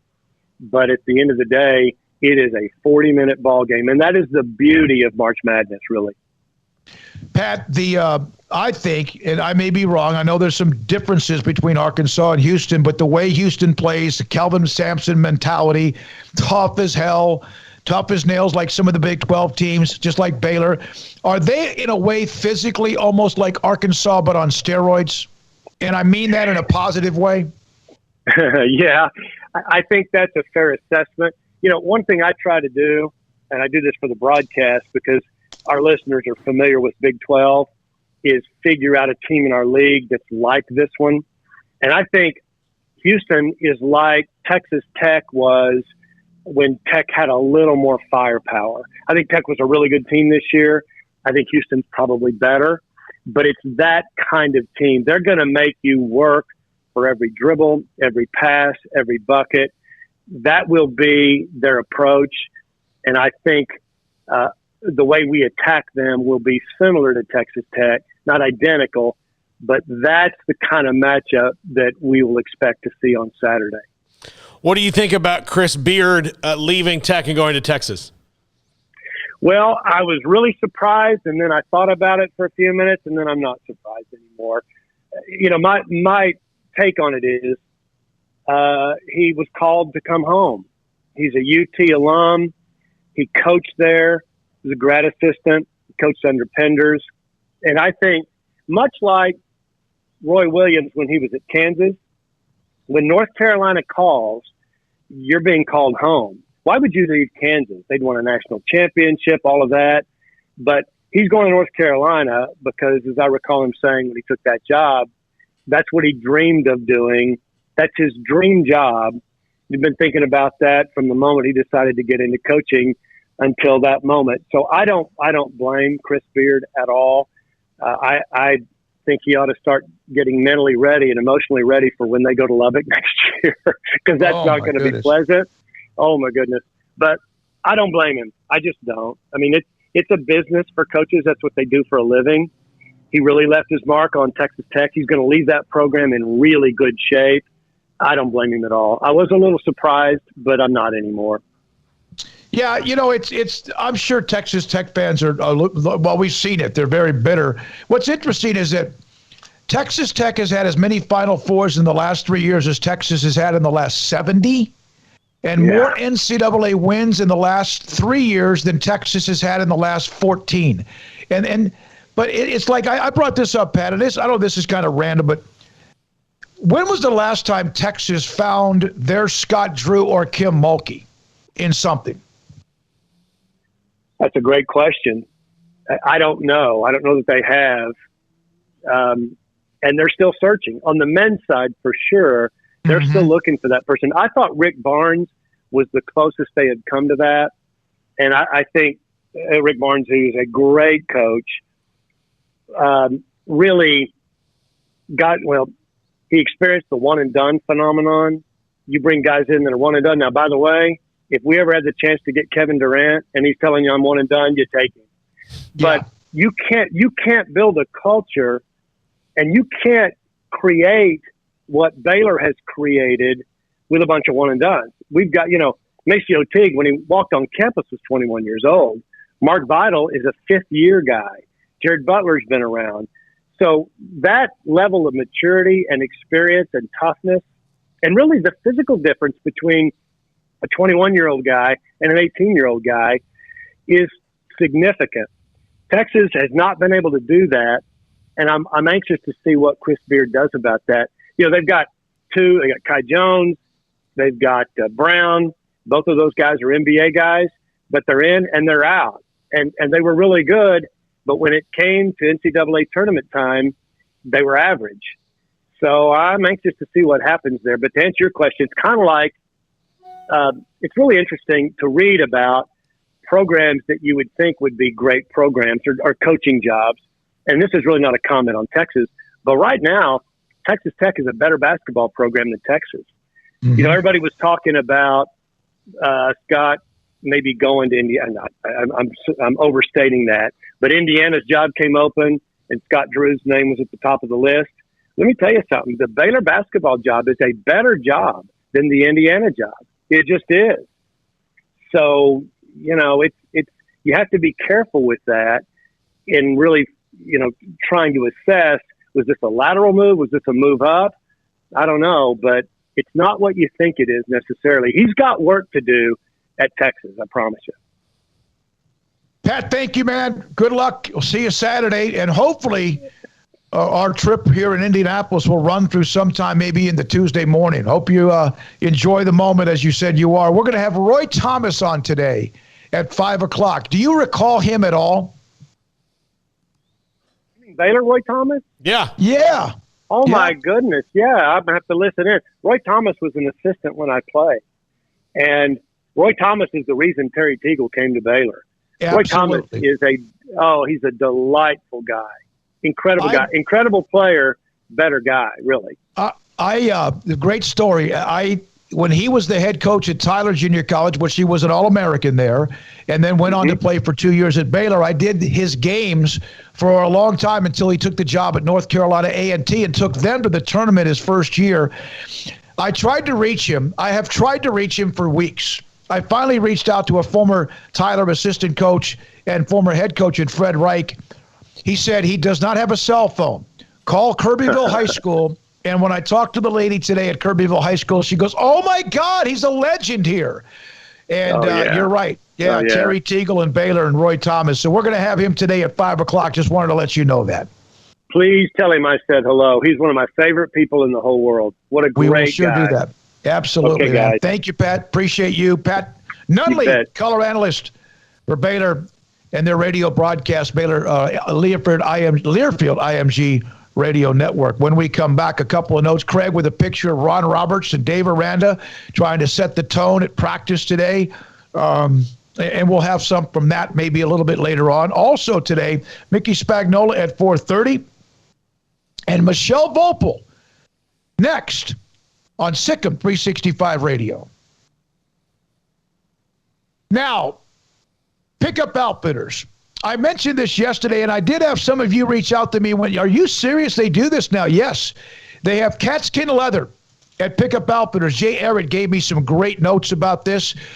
Something that you may want. New leather, upgraded leather, great leather.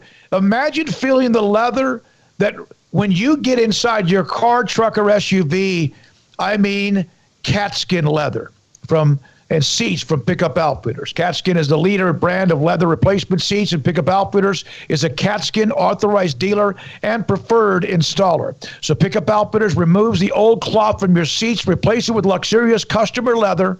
Customization options almost endless. Choose the colors you want, the type of stitching you want, and let Pickup Outfitters do their magic. It's very cool video. If you want to go to their website, createacommotion.com. And they can work on trucks, cars, and again, even if you have leather already there and you like it, but it's getting somewhat worn down, you just don't like the color, let Pickup Outfitters in Waco replace it. Cat skin leather replacement kits for both cars and trucks, factory matching leather kits, and also let Pickup Outfitters, of course, outfit your truck with catskin leather. CreateACommotion.com. Pickup Outfitters of Waco, owned by proud Baylor alum Jay Ehret and his wife, Carol. From the first workout to the last practice, sports is an incredible challenge. Hi, this is Dan Engel with the First National Bank of Central Texas, and we're proud to support each athlete, every parent, and our educators. From families, small businesses, to the biggest industry, we're here to help. With remarkable products like instant issue debit cards free at all of our banking centers, we've got banking ideas that fuel big dreams. The First National Bank of Central Texas. Familiar faces making local decisions. Member FDIC, Equal Housing Lender. It takes time to reach goals. It's a truth that applies to more than sports. It goes for your financial goals as well. You work hard for your money, and you deserve an investment strategy that lines up with your game plan. And Tom Albers, your Edward Jones financial advisor, can help. If your financial investments aren't putting forth the effort you desire, stop by today for a financial review. Tom Albers, 4301 Lakeshore Drive, 254-776-7605. Edward Jones, member SIPC. It's time to fire up the grill, heat up the oven, or get that deep fryer going to enjoy the top quality products at Waco Custom Marketplace. Order 30-pound sacks of live crawfish by 6 on Wednesday. Pick up on Friday afternoon after 2 or Saturday. Enjoy the weekend. 30-pound sacks of live crawfish available right now for $4.25 a pound. Find all the crawfish boil ingredients you need, including red beef potatoes, sausage, corn cobbettes, and Louisiana boil seasoning. Make your order for live crawfish by Wednesday at 6. Pick up on Friday after 2 or all day Saturday, and enjoy the weekend. Waco Custom Marketplace, your home for fresh baked kolache, cinnamon rolls every day. Butcher shop to cut your steaks the way you want. Fresh seafood, summer sausage, boudin, house cured and smoked bacon, spices, seasonings, soup mixes, and more, and weekly gift boxes for any occasion. Waco Custom Marketplace, 425 Lake Air Drive in Waco, or WacoCustomMarketplace.com.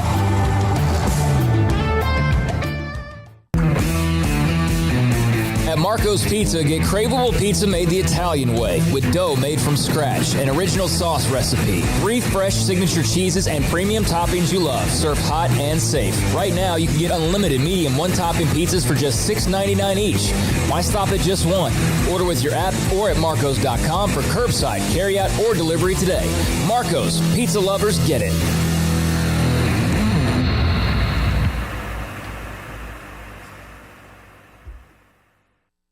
Boozers is the wedding ring store and more. If you're ready to get engaged or already married and want to upgrade your wife's ring for a special anniversary, Boozers is the place to go. With the largest selection of premier quality diamond engagement rings and wedding rings in Central Texas. They have 7 cases with over 300 styles of rings from top designers like Natalie Kay. Choose from yellow, white, or rose gold, plus beautiful top quality loose diamonds. With an in-house jewelry, they can also custom make anything you want. Bring in a picture or drawing and let Boozers create your one-of-a-kind pendant or ring. They can even use some of your old gold and diamond jewelry to create something new. At Boozers, you'll find a great selection of quality timepieces, and Boozers is the place for expert watch maintenance and repairs, too. They specialize in expert Rolex watch repair for fine jewelry, watches, custom work, and more. Go to Boozers on Valley Mills and Lake Air Drive in Waco. Boozers, the wedding ring store. Payments for qualified buyer were $4,000, 3.9% DTL, extra CD for details. The 22-year anniversary sales event is going on now at Richard Carr. Make your refund or stimulus even bigger when you add savings like a 2019 Buick Encore for only $169 a month, a 2018 GMC Train for only $208 a month, a 2018 GMC Sierra for only $374 a month. 100% credit approval is always our goal. Get here now and save during the anniversary sales event going on now at Richard Carr. At Richard Carr, we give you more. This is SicEm365 Radio. Text us at 254-339-1122. The SicEm365 Radio text line is sponsored by Riverbend Liquor and Wine, with the most extensive variety of craft beer in Waco. A hidden gem on Lakeshore Drive and 19th Street. That Rangers game, 6-5, top of the second. Rangers and Royals in the season opener in Kansas City. It may never end. And you know what? You almost wish that Monday game with UConn and Baylor never ended, but it did, and it ended with kind of a sour taste. But bottom line, it was one of the great games maybe in women's basketball. And Michelle Bopel does an incredible job of covering women's basketball for ESPN.com. We've had her on many times on SicEm365 Radio. Michelle, how much did it was a great basketball game. The viewership was fantastic. We could talk about the call, all of that, but just the game itself and how special it was to have that game for women's basketball. I think you're absolutely right. It was one of those games, and I've been covering the Final Four, the women's Final Four, for a really long time, and where you can sort of remember the sort of an electric atmosphere during the game, even though, the fans, it's not as many as there would normally be, but that game had it. I mean, that first quarter was just, everybody was just like trying to catch their breath just watching it. And I think, unfortunately, the biggest thing, and you know this, everybody watching this, is the single biggest thing that happened in that game was Stevie Richards getting hurt.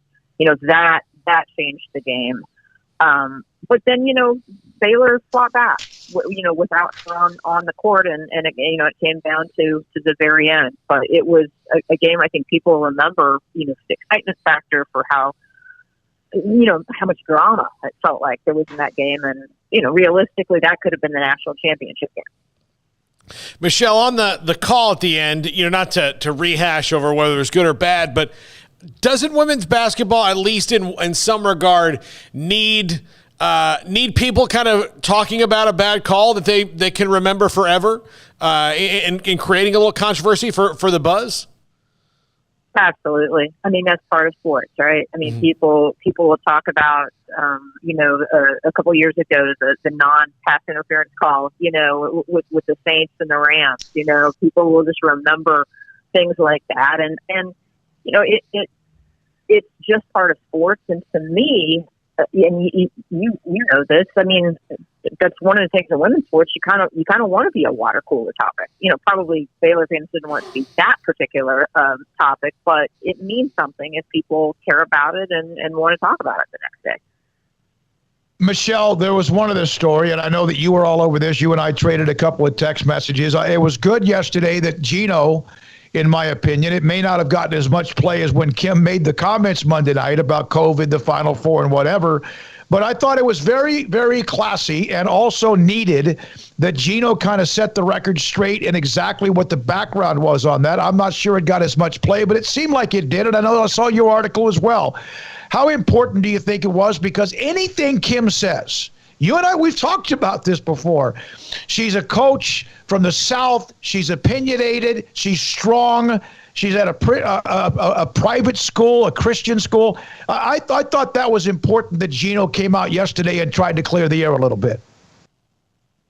I agree, and I think it was, the right thing to do, with another colleague, because it was something they talked about. And ultimately, whether you agree or disagree with what they said, they weren't saying this like, oh, we don't care about testing order. They were basically trying to say that, because these teams have been tested literally every day since I think March 16th, at this point, is that still necessary? And a lot of people may say, yes, absolutely it is.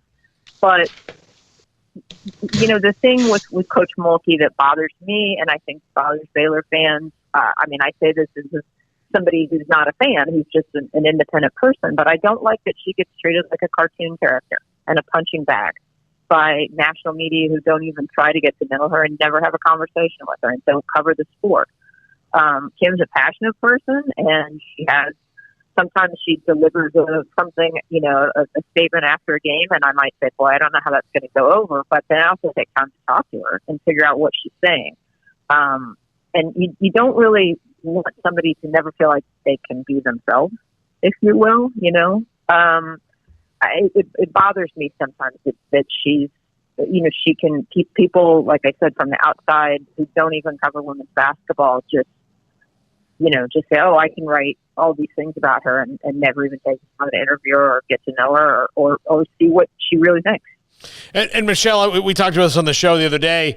She was also kind of a victim of the fact that was the second to last thing she got to say in the press conference. There was another question right after that reporter wasn't ready to ask her, Coach, can you just expand on that? I think had Kim gotten two more sentences in, while there still would have been Twitter oh my goshery to it, it wouldn't have been like you said, turning her into a cartoon character.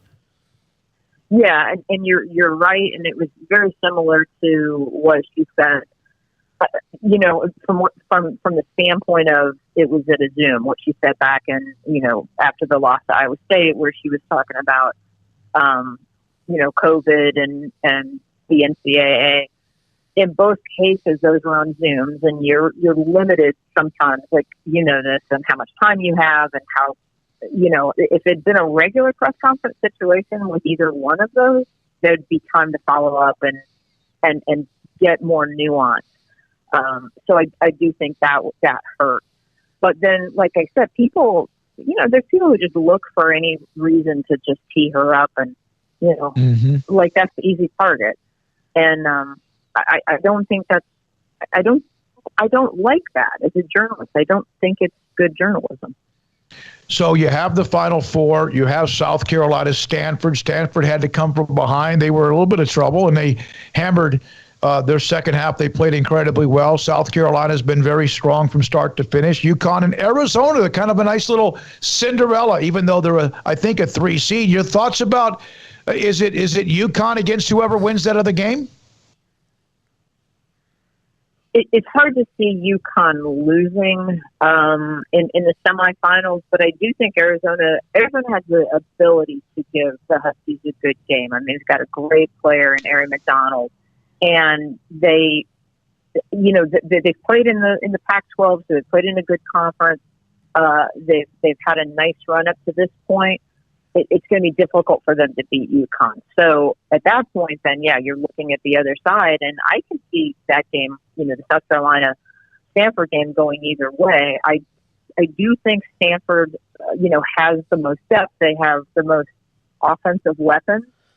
So it's going to be a matter of, can they come out and play? If every team plays up to who their best selves, are, if you put it that way, I think Stanford can win. But it's going to be nice to see a team like Arizona, and especially Adia Barnes being an alum and coming back to her alma mater and building the program up like that. It's nice to have that storyline in the Final Four with 3 more familiar teams.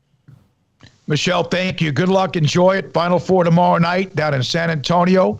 Thanks for your feedback on many things, not just Baylor, UConn, but also with the tournament itself. We appreciate how you do your job.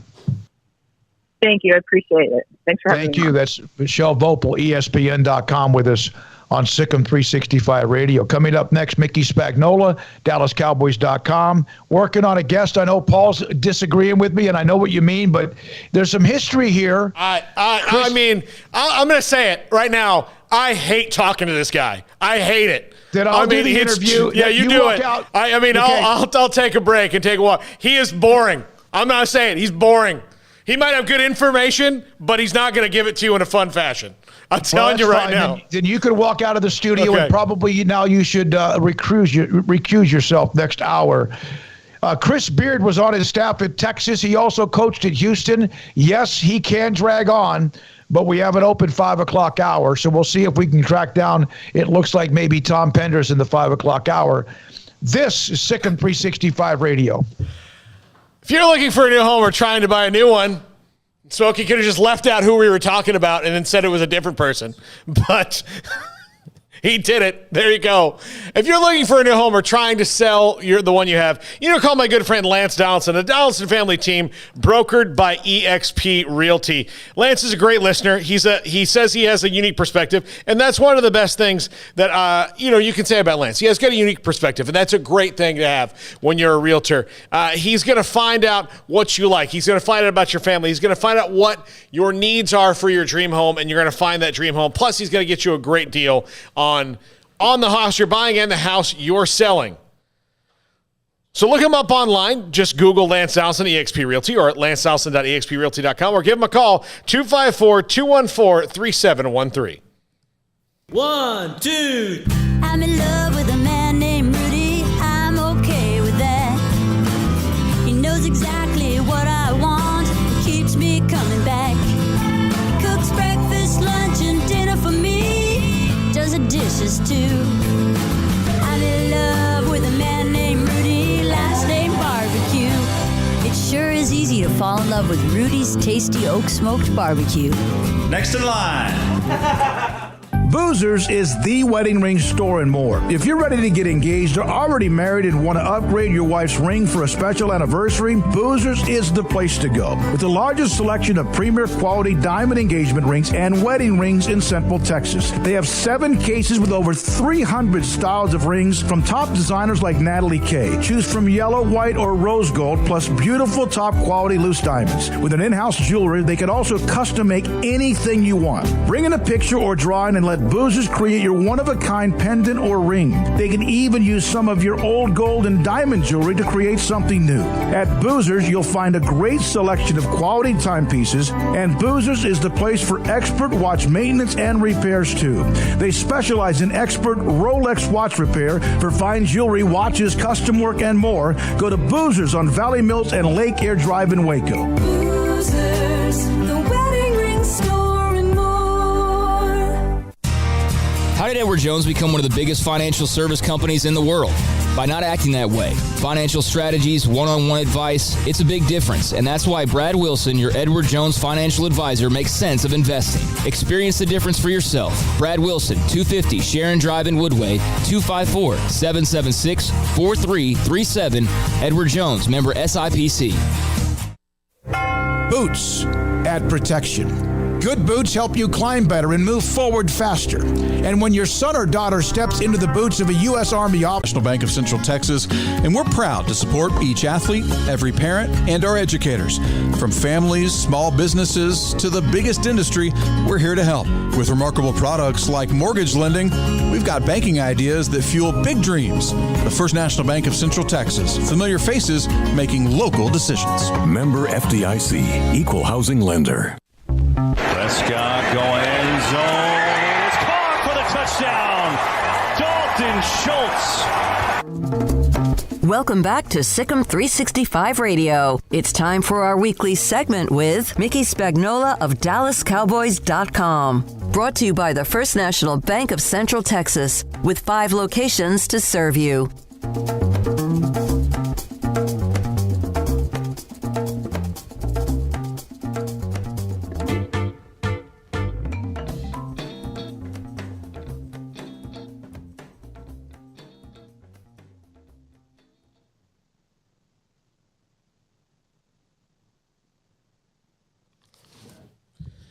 SicEm365 Radio. Mickey Spagnola, DallasCowboys.com joins us now. Smokey, you there?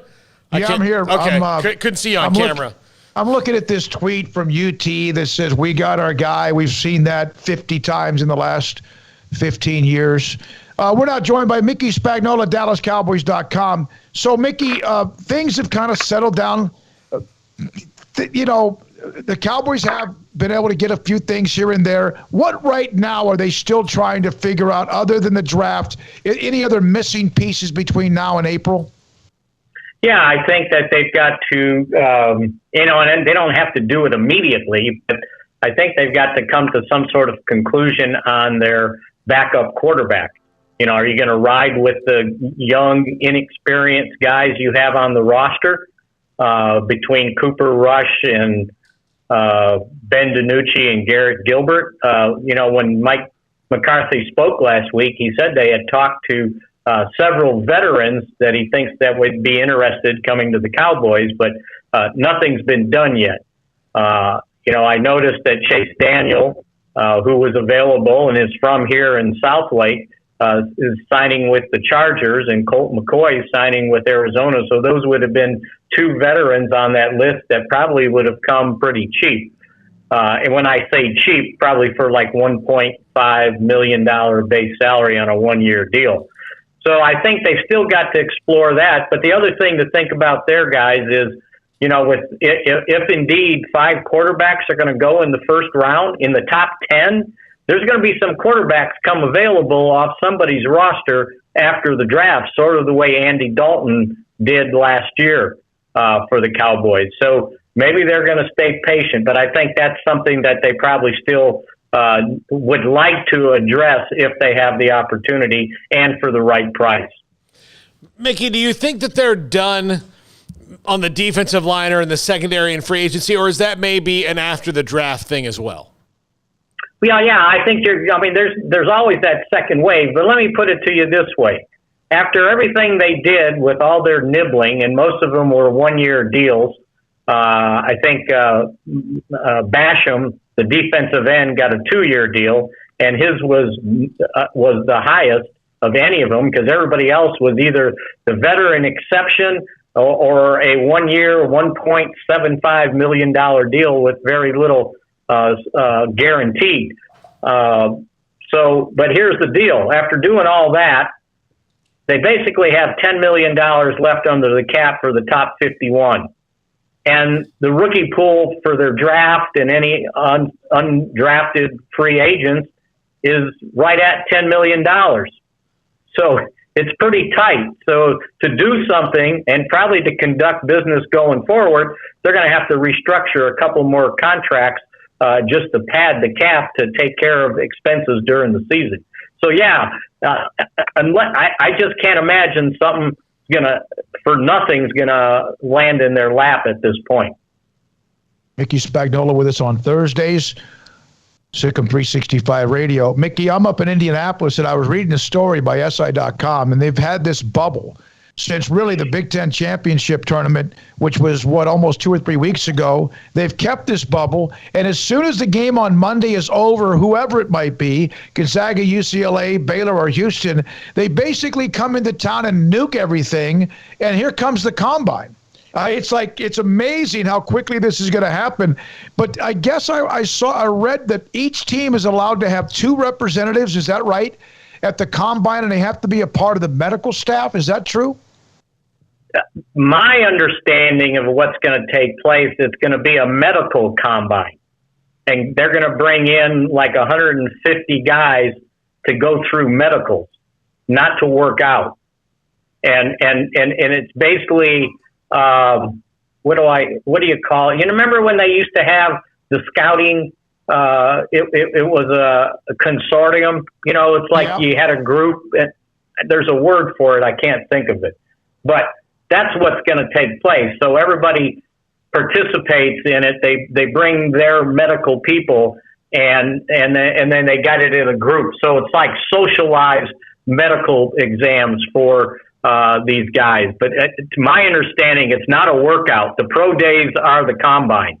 And then the ones that they don't bring into Indianapolis for the medical part, they're supposed to line up where they're going to have certain teams given so many players, and they're going to have to. It's a pool, and they're going to have to pool the results as they do medicals from afar with Zoom calls, basically WebEx on the other guys to get all the medicals done. But yeah, to me, it's not a workout. Mickey, as you get closer to the draft, I know that, the guys that early on, Patrick Surtain or, J.C. Horn or Penny Sewell or whoever, Rashawn Slater are the ones that kind of get kicked around. Are you starting to kind of dig deeper and find guys later on you think fit what Mike McCarthy, what Dan Quinn want to do on each side of the ball? Well, I don't know about the specifics, but Quinn and McCarthy were at Ohio State's pro day, right? Mm-hmm. And my assumption was they weren't there to see Justin Fields because Ohio State had a bunch of other guys working out, including a couple offensive linemen, about 3 linebackers. And to me, that linebacker position needs help. They said Sean Lee's still in kind of in discussions. To me, that means, probably not. So you got Leighton Vander Esch and Jalen Smith, and really nobody else. I know Keanu O'Neal has played linebacker and a nickel, but I don't like the idea of a safety at 216 lining up as maybe one of the starting 3 linebackers. And they're running 2 tight ends at you. So to me, they need help at linebacker. If it's the first round, the second round, the third round, I think, they've got to address it. And I got no problems with them. And I think I've told you guys, I got no problems with them taking the best defensive guy available in the draft. And a lot of people think it's Micah Parsons, the linebacker from Penn State. I can find a spot for that guy in the field if you've ever watched his highlights or if you ever watched his pro day workout. I mean, we're talking a guy 6'3" and an 1/8, 246 pounds, and he ran a 4.39. So I got to look at this guy. And then, after linebacker, cornerback, I would also have no problem with them taking a young offensive tackle, 3rd, 4th round, somewhere in there, a safety, because all these safeties they signed, you guys, are all on 1-year deals.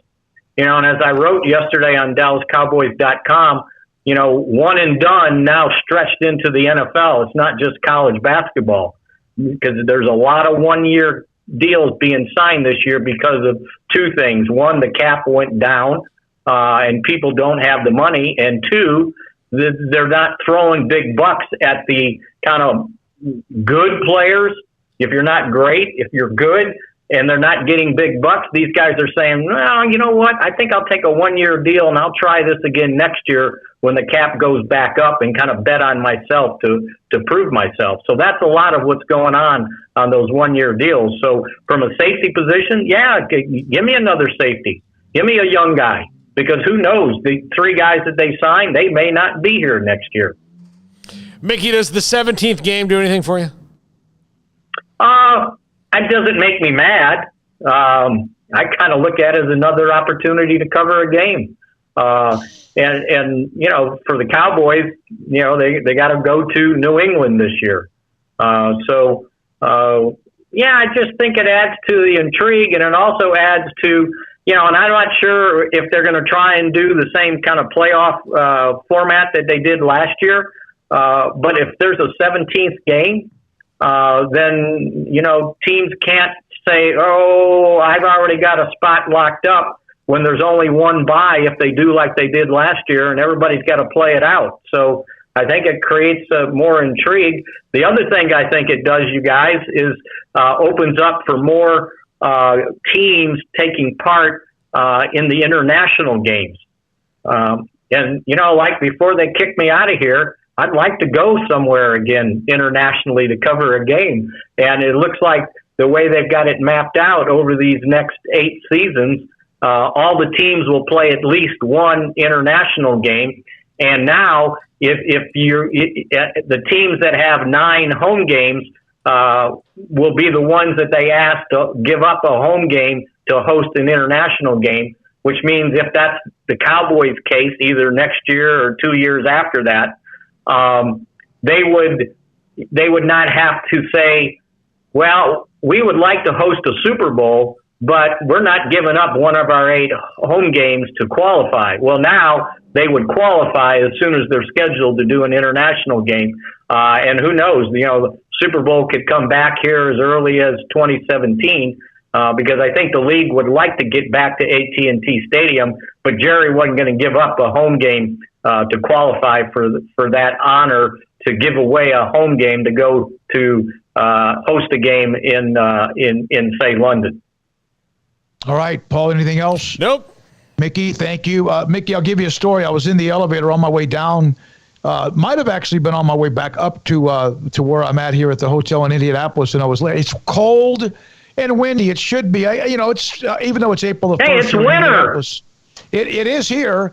It was 43 degrees, 20-mile-an-hour winds, and so I have, I'm wearing like a little hoodie or something, and I say to the 2 guys in the elevator, I said, damn, it's cold. And they look at me, they go, this is nothing. We're from Chicago, which, of course, I know is your hometown. I was like, yeah, okay. That's like Alaska compared to where I am, I guess, in Indianapolis. Just wanted to pass it along to you. Just know this. Our winters in Chicago stretched into April, and I've seen it snow in June. So, yeah. That stuff we had in February here, that was every month during the winter in Chicago, right? And we never lost power or water, by the way. Yeah, though you were built for it. Built for it. No. Yeah. You know what else? Hey, I could remember David keeping the snow shovel inside the house because couple of times it snowed so much the snow was over the front door and we had to dig ourselves out. I love it. Mickey, thank you so much. Appreciate your time. Mickey Spagnola of DallasCowboys.com, SicEm365 Radio.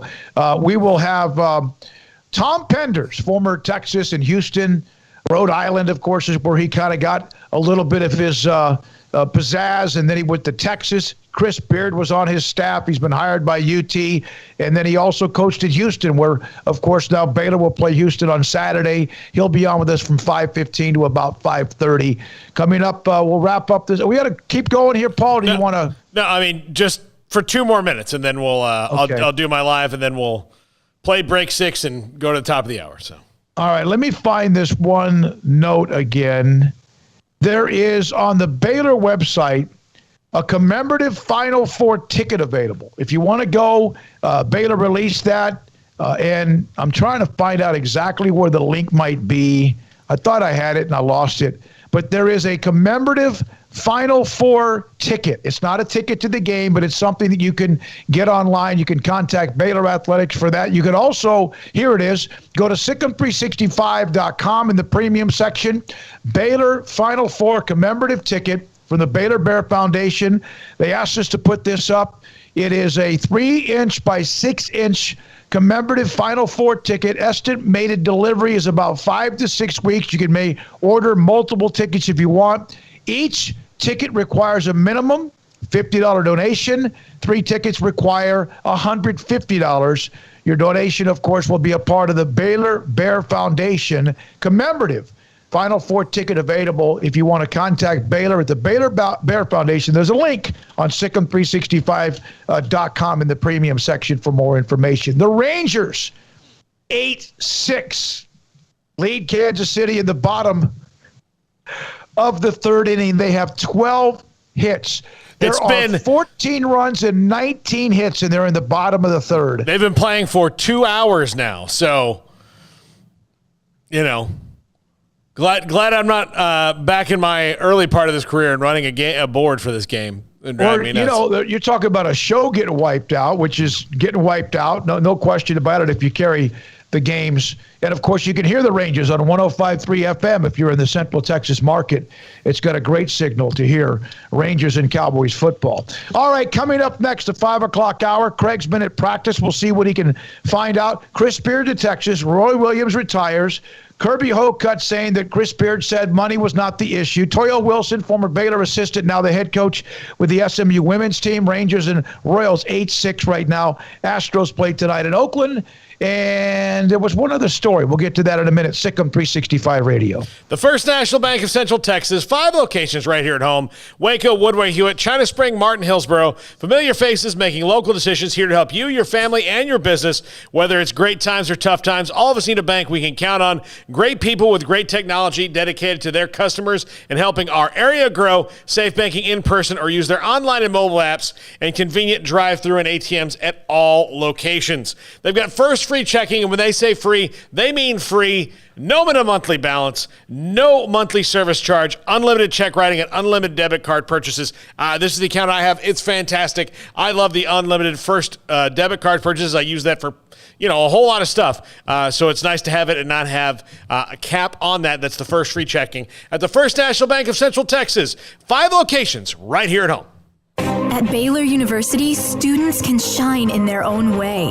Or should we say their own ways? Because there's no limit to the ways Baylor students make the world a brighter place. Whether they're leading a student organization or following a higher calling, getting advice from faculty, or taking part in world-class research, pursuing their dreams, or working toward their dream job, students find their place to shine at Baylor, where lights shine bright. Waco Regional Tennis and Fitness was built to help give you a chance to enjoy elite tennis facilities and also remain fit or reshape your body. Now Waco Regional Tennis and Fitness has gone through its own physical changes. There are 7 large flat screens stretched across the main and improved weight room with Wi-Fi available and their own app to enjoy news, business, weather, or sports channels. The beautiful sound of active treadmills and elliptical machines, group exercise classes throughout each day, a new ballet bar for bar classes, a new look lounge and bar with beer and wine with more large flat screens available. Touchless water fountains outside each spacious men's and women's locker rooms, showers, sauna, and whirlpool. Upgraded PA system throughout the world-class tennis courts and lessons for adults and juniors. I promise you'll look and feel better. You just need to walk through the front door. Also, Waco Regional Tennis and Fitness with personal trainers Christy London and Randall Corley. 40-plus group exercise classes, including twice-a-week boot camp. So start today, not tomorrow, at Waco Regional Tennis and Fitness on Lakeshore Drive in Waco. Riverbend Liquor and Wine has their easy-to-access drive-thru open and convenient and clean in-store location on the corner of Lakeshore Drive and North 19th Street in Waco. Riverbend Liquor has the best and most extensive variety of craft beer selections in Waco, and Balcones Whiskey, including single malt, pot still, baby blue, rye, brimstone, and the all-new lineage in stock. Riverbend Liquor and Wine, family-owned and operated, and a hidden gem in Waco on Lakeshore Drive and 19th Street. And find out more on Facebook and Instagram. Let Camille Johnson Realtors guide you seamlessly through the process of buying your dream home or selling your current one. Commercial, farm and ranch, or residential, Camille Johnson Realtors can smoothly and successfully lead you through any transaction. With a team of 28 experienced agents who are excited about serving you, Camille Johnson Realtors services the entire greater Waco area. If you're in the market to buy or sell, contact Camille Johnson Realtors, 104 Midway Center in Woodway, or find them online at www.camillejohnson.com. Camille Johnson Realtors, elegant, charming, warm. Welcome home.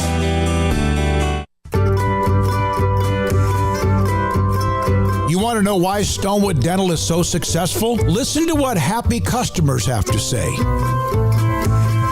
It's pleasant. It's different than any other dentist office. I really feel like they care. And it's not that you're here for 2 hours waiting on someone to take care of you. It's quick and easy, and I bring my kids, and my kids love being here too. They really love the treasure box. Staff is really nice and accommodating, real friendly.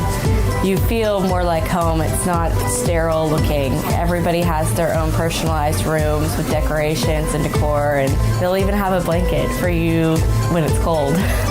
I've recommended people to actually come here, and they are patients now. I really love it here.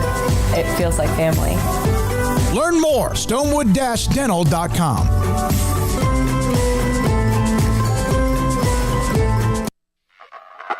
And it's been a long time coming. The Baylor Bears are back in the Final Four for the first time in 71 years. Welcome back to SicEm365 Radio. Two to fire, Mitchell on the fly. Boy, Mitchell's having himself a game. Our coverage of the NCAA Tourney in Indianapolis is brought to you by IdealMRI.com, Southwest Sports Medicine and Orthopedics, Allen Samuels Dodge Chrysler Jeep Ram Fiat, Marco's Pizza, U.S. Army Waco Recruiting Company, Willis Law Firm, Chapman's Bail Bonds, Richard Carr Buick GMC Cadillac, First National Bank of Central Texas, The Nietzsche Group, and Pickup Outfitters. Meyer, he averages 8. He has a nice spinning move right there. Meyer has been terrific with 15 points, 5 of 10. The 5 o'clock hour is brought to you by Edward Jones and financial advisor Cam Heathcott. Edward Jones, making sense of investing. Jamwa Chatwa puts it up and through as he climbs the ladder and sails. Now we go live to coverage of the NCAA men's tournament in Indianapolis. Here's David Smoak, Paul Catalina, and Craig Smoak. All right, our final hour. And what a way to start this final hour. We've heard from a lot of former Baylor coaches and players as they are now on the verge of this game with Houston on Saturday. Tom Penders will join us in the next segment. Chris Beard was on his staff at Texas, and he also coached at Houston. And one of my favorite people ever, Roy Thomas, former Baylor basketball star and also assistant coach, and of course an incredible coach at Tyler Junior College, took North Carolina A&T to the NCAA tournament, joins us from hometown of Kirbyville, Texas on SicEm365 Radio. Coach, it's great to have heard from you earlier today. How have you been? I've been great. Watching basketball, still coaching and running the ISS program here at Kirbyville High School, so thing is good. Trying to make my mind up to retire, but I just can't pull that trigger right now. I bet you can't, because I know that it's in your blood and helping young people as well. What has this run by Coach Drew and Baylor meant to you as a former player? We've heard from a lot, but someone like yourself who I know how much you love defense and watching a team that's very unselfish. Well, the main thing, Smoke, is seemingly they're doing things the right way. You never hear anything about the program, controversial stuff. But what I like watching them play, they play hard on both ends of the court.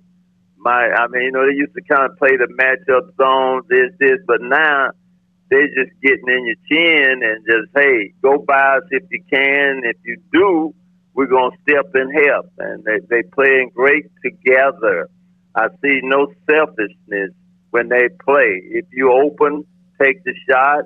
If Mitchell's on, shoot it. If Butler's on, we getting the ball to you. And that's what's so exciting. And they'll be hard to beat because of the way they play. You just can't go out and just say, I'm going to stop Butler or I'm going to stop Mitchell. Here come Myers. Here come Teague. Here come Flagler off the bench. And they'll be a hard team to beat. Coach, we had Pat Nunley on about an hour ago, and he said that you were kind of the key to getting Terry Teagle on campus at Baylor. What was that recruitment like, and how did that all go down? Well, It's a funny story because Jim Howard was the head coach, and he said, I want you to go to East Texas and check a player out, and brought us Texas. I said, well, Coach, that's down by my home by 40 minutes. Well, that's why I want you to go down there and check him out. And he said, no player can be that good in that smaller school. Just see if I have my glasses on right and go down and evaluate him and come back and tell me what you got or what you think. I went to his practice, and after about 5 minutes, I said, well, nothing was wrong with his glasses, so this guy can legitimately play. You know, he could play guard, small forward. And on top of that, he's a first-class citizen. And that was a job well spent to beat Arkansas, Texas A&M, SMU, and all around. And it was a perfect fit. And I think I recruited his grandmother more than I did Pickell. Once I won her over, she said, I think you got him, but I can't let you know that. He's coming to Baylor. So I must have left Brawlers and sing songs from all the way from Brawlers, Texas, back to Waco, Texas, try to get that young man to come on with us, and he did. I guess one thing that started at that time, Arkansas had what they called the triplet, Moncrief, Brew, and Tip. And I wanted so bad for me and Coach Howland and Newman to get the triplets at Baylor. And I thought with Claude Riley, Teagle, Jay Shakir, or Perkins from Beaumont, that would do it. Of course, we lost Claude Riley to Texas A&M, but, you know, we had the two of those, and Shakir and Teagle, and later on Perkins transferred back to Lamar. But now Teagle was a exceptional young man and made us all look good and all become better coaches. Coach, there's so many moving parts, especially in today's college basketball with the portal and, you know, just chemistry is such a hard thing to come by, you know, just in general, but especially it seems like these days, clearly that's something this Baylor men's team has. How difficult is it as a coach to build that chemistry, especially when you take into consideration that you're taking kind of pieces from here and there through transfers and having to have them also, you know, come into the program and fit in? Well, it's really tough because a lot of them just coming in for 1 year and moving on or transfer from another place because they couldn't make it or get along or whatever. But it's something that Drew has done at Baylor that he's kind of been that way for the last 3 or 4 years. And I don't know if it started from whatever player, probably Vital is a big part of it because, you know, he's an unsung hero. Hey, y'all just go on and shoot and do that. I'll get the rebound and play solid defense. So I think it starts with him. And then when you look at the other 4 guards along with Myers, my God, you can just kind of close your eyes and say, I'm going to start this 5 tonight. But he's got something going. And like I said, it's hard to beat. It's kind of like when I played with Tom Stanton, Chapman, and Freeman at Baylor, and Jerry Hopkins, we just go out and play, and we played hard. And this kind of reminds me of this team here, but we didn't have that type of depth, you know, and the guys that they have inside, if there's one thing that I've noticed is just the chemistry is there. And when the game gets close, you can really see it.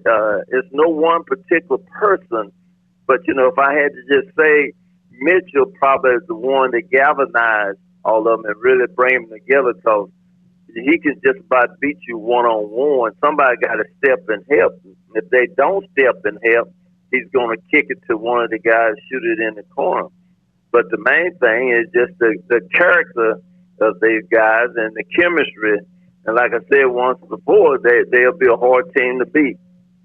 Roy, your team, you played there those 2 years after your All-American career as well at Tyler Junior College. You've seen Baylor get close, and Scott Drew's had some teams that have gotten close. What does it mean to former players to see them on this national stage? And they've been there really for quite some time, but the last 2 years especially. Well, the main thing, you know, when we started there, myself, Tommy Bowman, Bowman was the first. And he kind of brought myself and William Chapman on. We recruited, but we were naturally out there like Baylor is now. And we went there for basketball academics, the best thing that happened to me. And we almost got there and thought we were going to the NIT my junior year, which was Chapman and Freeman them senior year, but we was a little short there. But the guys that even last year with COVID taking over, I felt like Baylor had a good shot there. And thank God is coming back to them again. So it makes us realize that the things that we got started, along with Benny Johnson and those guys, not only that finally, hey, we're not the stepchild. We're right there in the middle, and you look around, and I'm pulling for the girls, and hey, look at there, 2 Baylor teams in the Final Four. So now you can kind of walk around and pat yourself on the back of the chest, say, hey, that's my alma mater, and you don't have to go hide like way in the past and stuff with football and basketball, because now they're nationally known and people are trying to come there. So along with basketball, you got good education.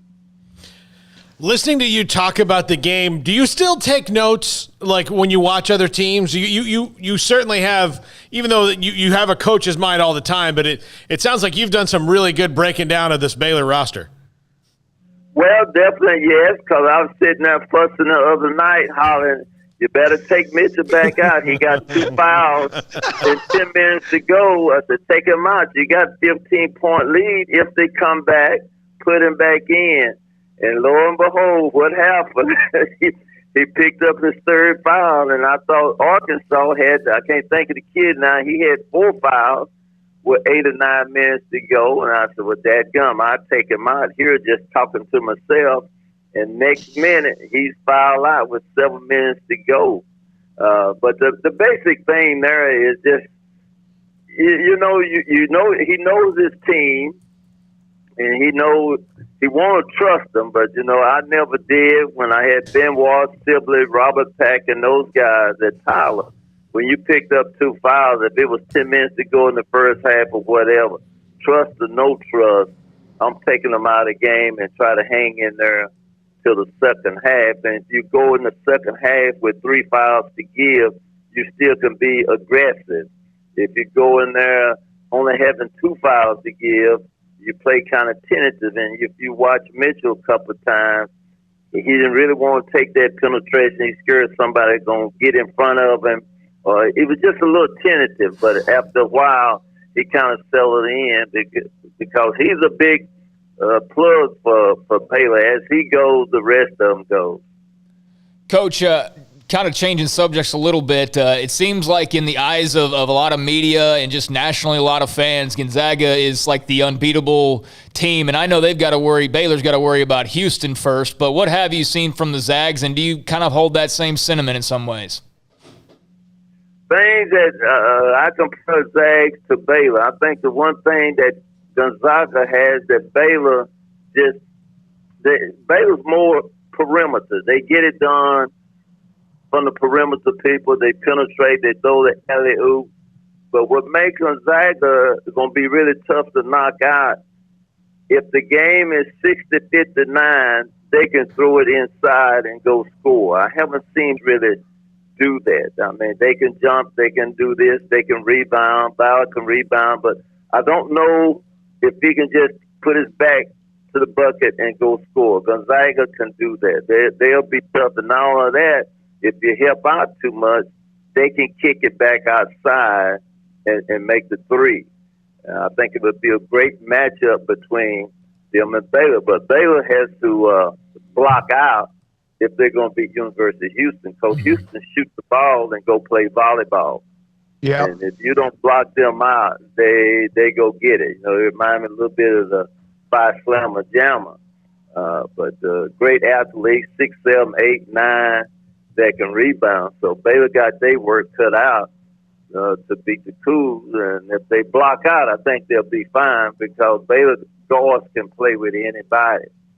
But if I just say one thing, I wish they had just a legitimate post that could score inside when they're 70-72, instead of we just have to penetrate, throw the lob or kick it to the corner. But we can also do that, penetrate and kick it, which will make it. It would be a great matchup. I tell you what, everybody would be on the edge of the seat if it was Baylor and Gonzaga.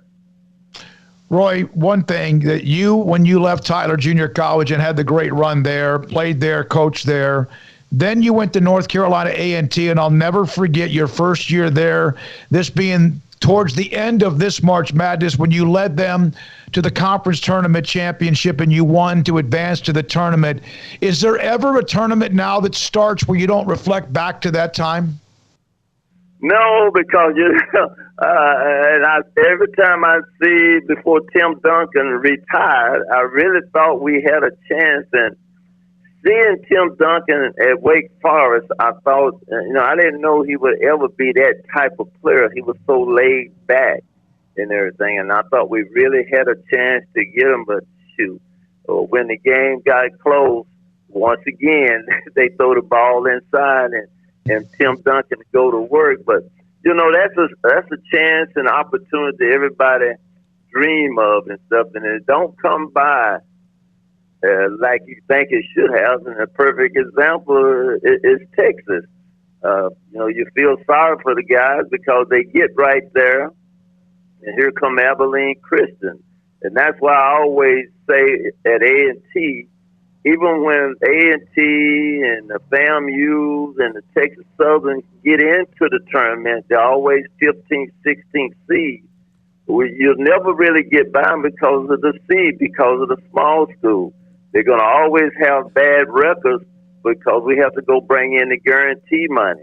The FAMU, A&T, South Carolina State, you have to go out and play the big boys, so to speak, to try to get the guarantee money to keep your program afloat. But so when you get in there, you always got to play like they play this year. Michigan, Baylor, Illinois, and you don't have a chance really to play those guys. And believe me, I can tell you, we went to play Georgia Tech at their place and like to beat them at A&T. They're not going to come to your place. You got to go to them, and we have to go to them to try to make our budget work. But that was fun time, and you have to think about it. Roy, Craig is on the show. Paul's been doing a show with me for 11 years, but you remember when Craig was just a little ankle biter running around behind the bench when you were doing games, and I did the games for Tyler Junior College. He's all grown up now doing a show, and I just kind of a nice little reflection back on how time does fly, but some great memories of you when you were at Tyler.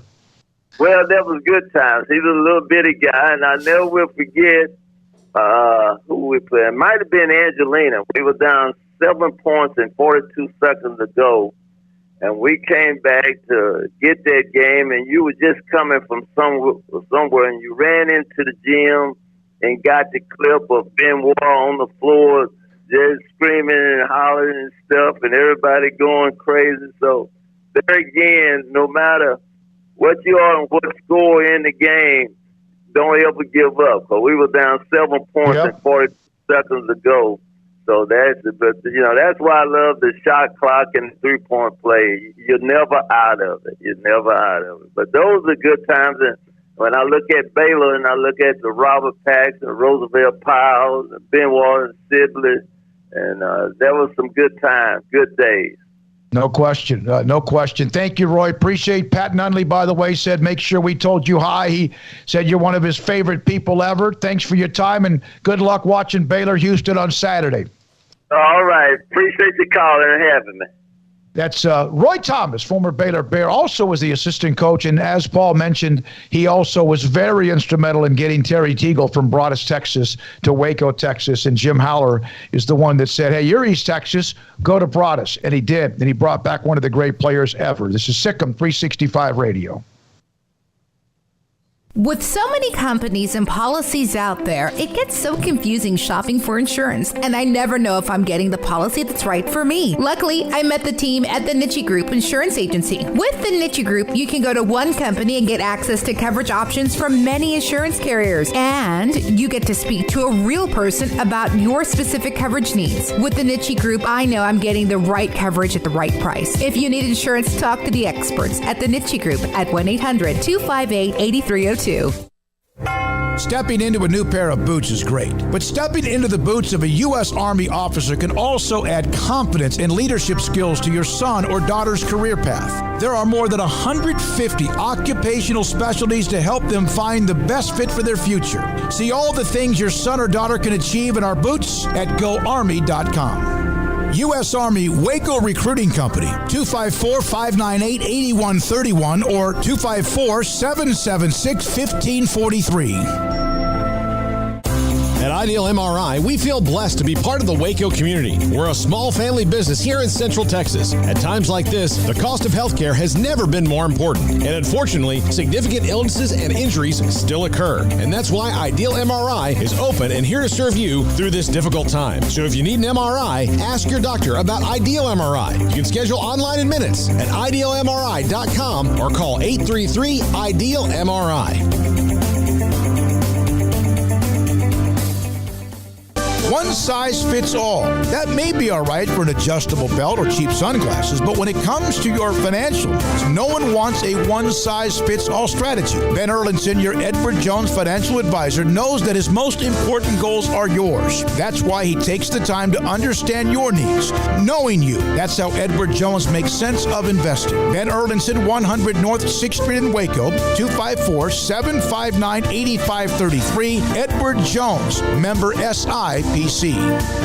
Ram Truck Month means special pricing on new Ram trucks at Allen Samuels. The 3P Motor Trend Truck of the Year, Ram 1500 Lone Star Crew Cab, has special values up to $7,250 or 0% for 72 months, plus $3,000 in combo cash. Visit the customer award-winning Allen Samuels, located at 201 West Loop 340 in Waco, for the 3-time Motor Trend Truck of the Year, Ram 1500 Lone Star Crew Cab. Ram Truck Month is going on now at Allen Samuels, your friend in the car business. See dealer for details. All offers have credit requirements. Y'all listen up. Let me tell you something about group meals from Rudy's Barbecue. It's got all you need for all the folks you gotta feed, smoked meat, sides, and more.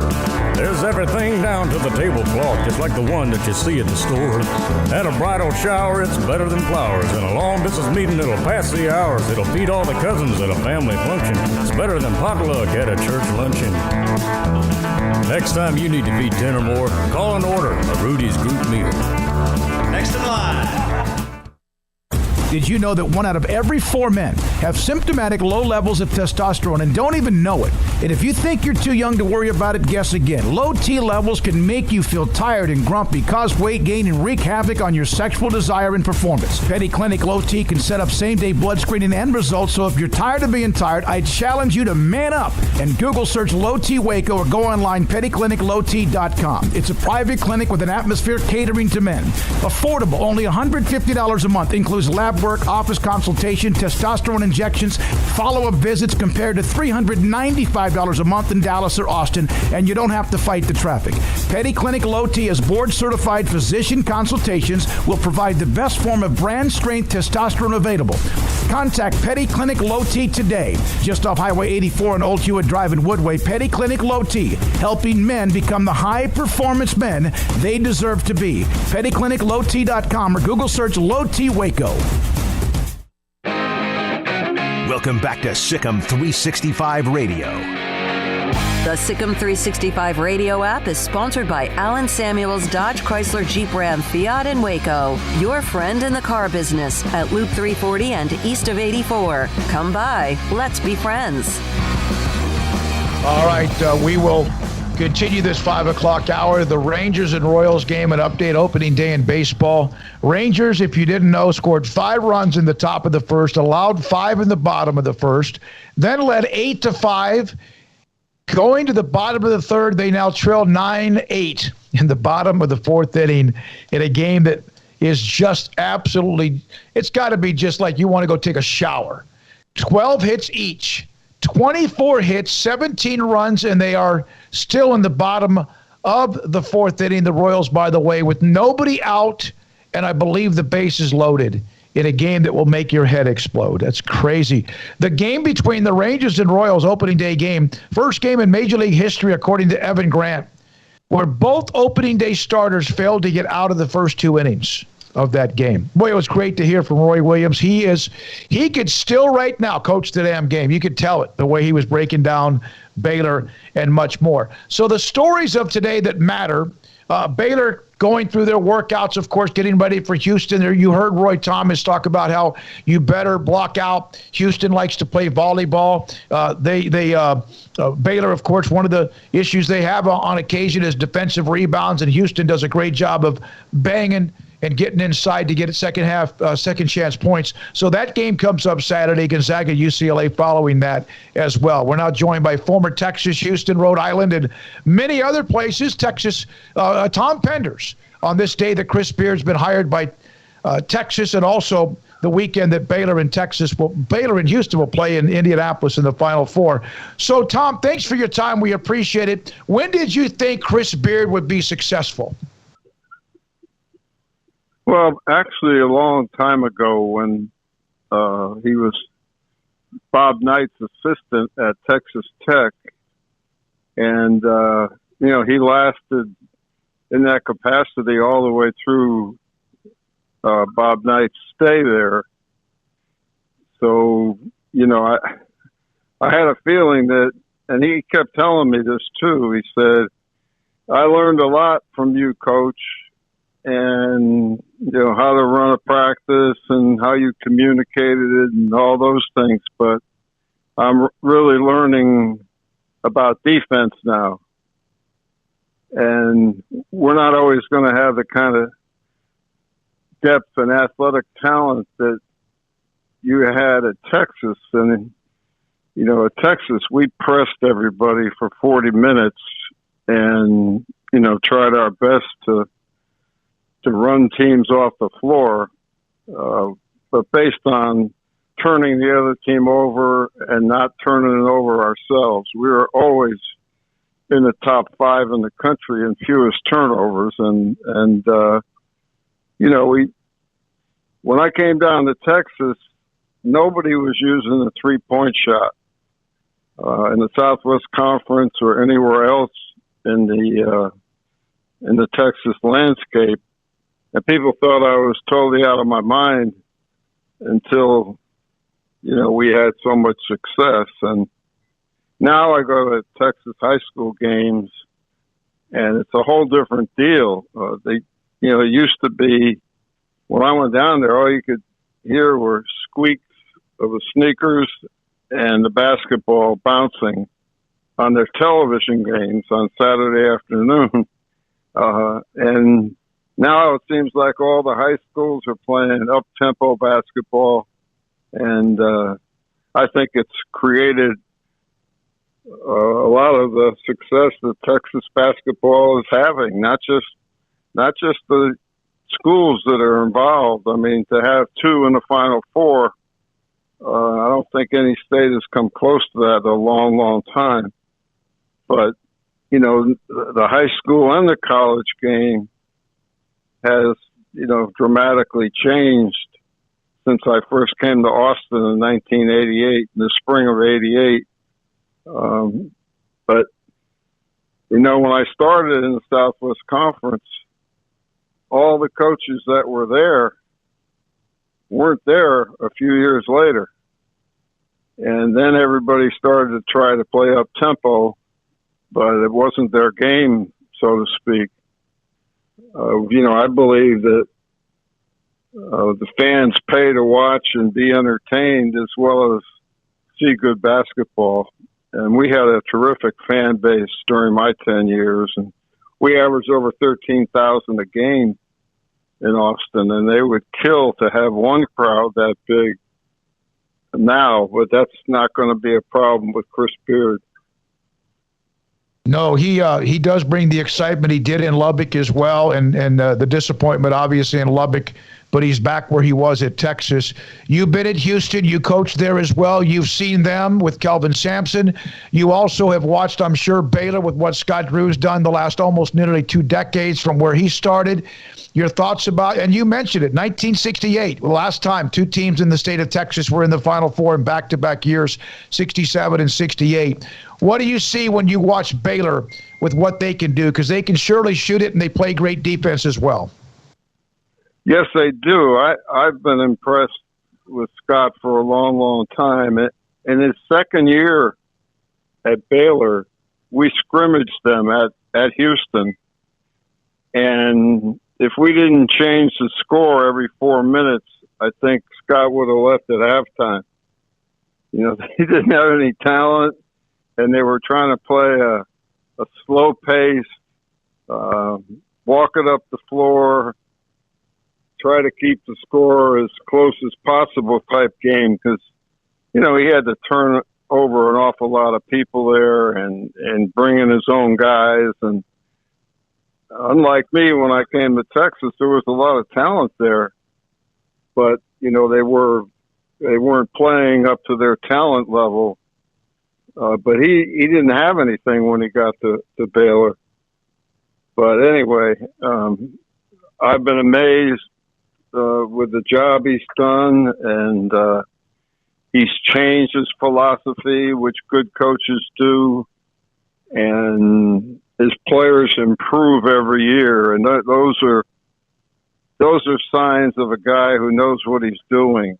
They haven't run the same offense in any 2 consecutive years since I've been watching them, which means he's trying to, you know, cater to the type of talent he has, and that's what great coaches do, in my opinion. He's got a style of play. They can run with anybody. If you get foolish and think you can run with them because they don't really press much or seem like they're a running team, that's a big mistake. But they're going against a great coach. Kelvin Sampson is not only a great coach, he's a close friend of mine. I make friends with people who beat my brains in as coaches, and Kelvin certainly did that to me when he was at Oklahoma. No team plays as hard as the University of Houston. You know, I felt that way when he was at Oklahoma. We could play harder than everybody on our schedule, but we never played harder than Oklahoma. He didn't have great talent. He didn't have a bunch of McDonald's All-Americans, but those kids, they just played so hard, and that made them successful. Billy Tubbs was a recruiter who brought success to Oklahoma by playing a fast style of play where they had never seen fast style of play. And then Kelvin came in and did a terrific job. You know, he, again, similar to what Scott's doing at Baylor, he can run, and his team plays better when they get out and run. They haven't really shown that yet in the tournament. And, you know, if teams can stop them from running, it's tough on them. But at the same time, they have the defensive ability and all the other intangibles that come in a close game. They've got guys that are very confident. Early in the year, I watched them just devour Texas Tech. I mean, it wasn't a game after the first 5 minutes. It was just a total blowout. So that gives you an indication of how good they are and how good they can be. As it happened during the regular season, too. I try to watch schools that I coach for, but I don't have enough nights in the week to do that because I coach at 7 different universities. Some people said I couldn't hold on to a job, and other people say I got out of town before the posse formed. Yeah, but Tom, you were the one that knew Chris Beard when he was younger, as you mentioned, with Bob Knight at Texas Tech as well, and then also breaking down Houston with Sampson and Scott Drew. Man, we appreciate you so much. I had Roy Thomas on the show earlier. You remember him when he was at Tyler. You used to recruit. I mean, I remember when you went to Lon Morris and got 3 great junior college players. I was doing the games back then in Cambridge, Loxley Colley, and Guillermo Myers. And so I know you knew Roy Thomas and the success he had at Tyler. We had him on earlier. Yes, sir. He was a great coach, and you can always count on them having a great program. And I never recruited JUCOs until I moved to Texas, and when I found out how good the coaching was and how good the talent was, I immediately hired a guy who coached at that level, who knew all of the talent in the state. And then after that, we signed Loxley Colley, Panama Myers, and then Dexter Cambridge. And they were all starters. They basically started every game that they were eligible for. So they had great careers. And I became a big fan of junior college basketball because of that. I'm no dummy. And when I saw all that talent just in one gym, I said, I've got to get involved, because my predecessor at Texas did not recruit junior college. So I changed my philosophy real fast. Tom, thank you very much. We appreciate your insight and experience of it all. It's Tom Penders, former Texas, Houston, Rhode Island, among others, head basketball coach. He had Chris Beard on his staff back at Texas, and also breaking down Baylor and Houston. Like we've heard others, it's going to be a dogfight with what Houston brings to the table, and, of course, Baylor as well. This is SicEm365 Radio. From the first workout to the last practice, sports is an incredible challenge. Hi, this is Dan Engel with the First National Bank of Central Texas, and we're proud to support each athlete, every parent, and our educators. From families, small businesses, to the biggest industry, we're here to help. With remarkable products like instant issue debit cards free at all of our banking centers, we've got banking ideas that fuel big dreams. The First National Bank of Central Texas. Familiar faces making local decisions. Member FDIC, Equal Housing Lender. It takes time to reach goals. It's a truth that applies to more than sports. It goes for your financial goals as well. You work hard for your money, and you deserve an investment strategy that lines up with your game plan. And Tom Albers, your Edward Jones financial advisor, can help. If your financial investments aren't putting forth the effort you desire, stop by today for a financial review. Tom Albers, 4301 Lakeshore Drive, 254-776-7605. Edward Jones, member SIPC. It's time to fire up the grill, heat up the oven, or get that deep fryer going to enjoy the top quality products at Waco Custom Marketplace. Order 30-pound sacks of live crawfish by 6 on Wednesday. Pick up on Friday afternoon after 2 or Saturday. Enjoy the weekend. 30-pound sacks of live crawfish available right now for $4.25 a pound. Find all the crawfish boil ingredients you need, including red beef potatoes, sausage, corn cobbettes, and Louisiana boil seasoning. Make your order for live crawfish by Wednesday at 6. Pick up on Friday after 2 or all day Saturday, and enjoy the weekend. Waco Custom Marketplace, your home for fresh baked kolache, cinnamon rolls every day. Butcher shop to cut your steaks the way you want. Fresh seafood, summer sausage, boudin, house cured and smoked bacon, spices, seasoning, soup mixes, and more, and weekly gift boxes for any occasion. Waco Custom Marketplace, 425 Lake Air Drive in Waco, or WacoCustomMarketplace.com.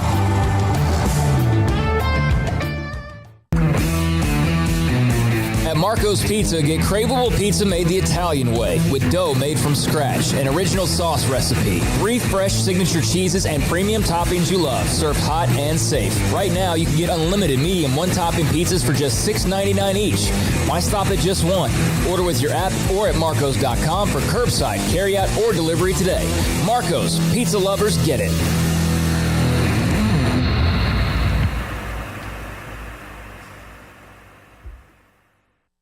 Boozers is the wedding ring store and more. If you're ready to get engaged or already married and want to upgrade your wife's ring for a special anniversary, Boozers is the place to go. With the largest selection of premier quality diamond engagement rings and wedding rings in Central Texas. They have 7 cases with over 300 styles of rings from top designers like Natalie Kay. Choose from yellow, white, or rose gold, plus beautiful top quality loose diamonds. With an in-house jewelry, they can also custom make anything you want. Bring in a picture or drawing and let Boozers Boozers create your one-of-a-kind pendant or ring. They can even use some of your old gold and diamond jewelry to create something new. At Boozers, you'll find a great selection of quality timepieces, and Boozers is the place for expert watch maintenance and repairs, too.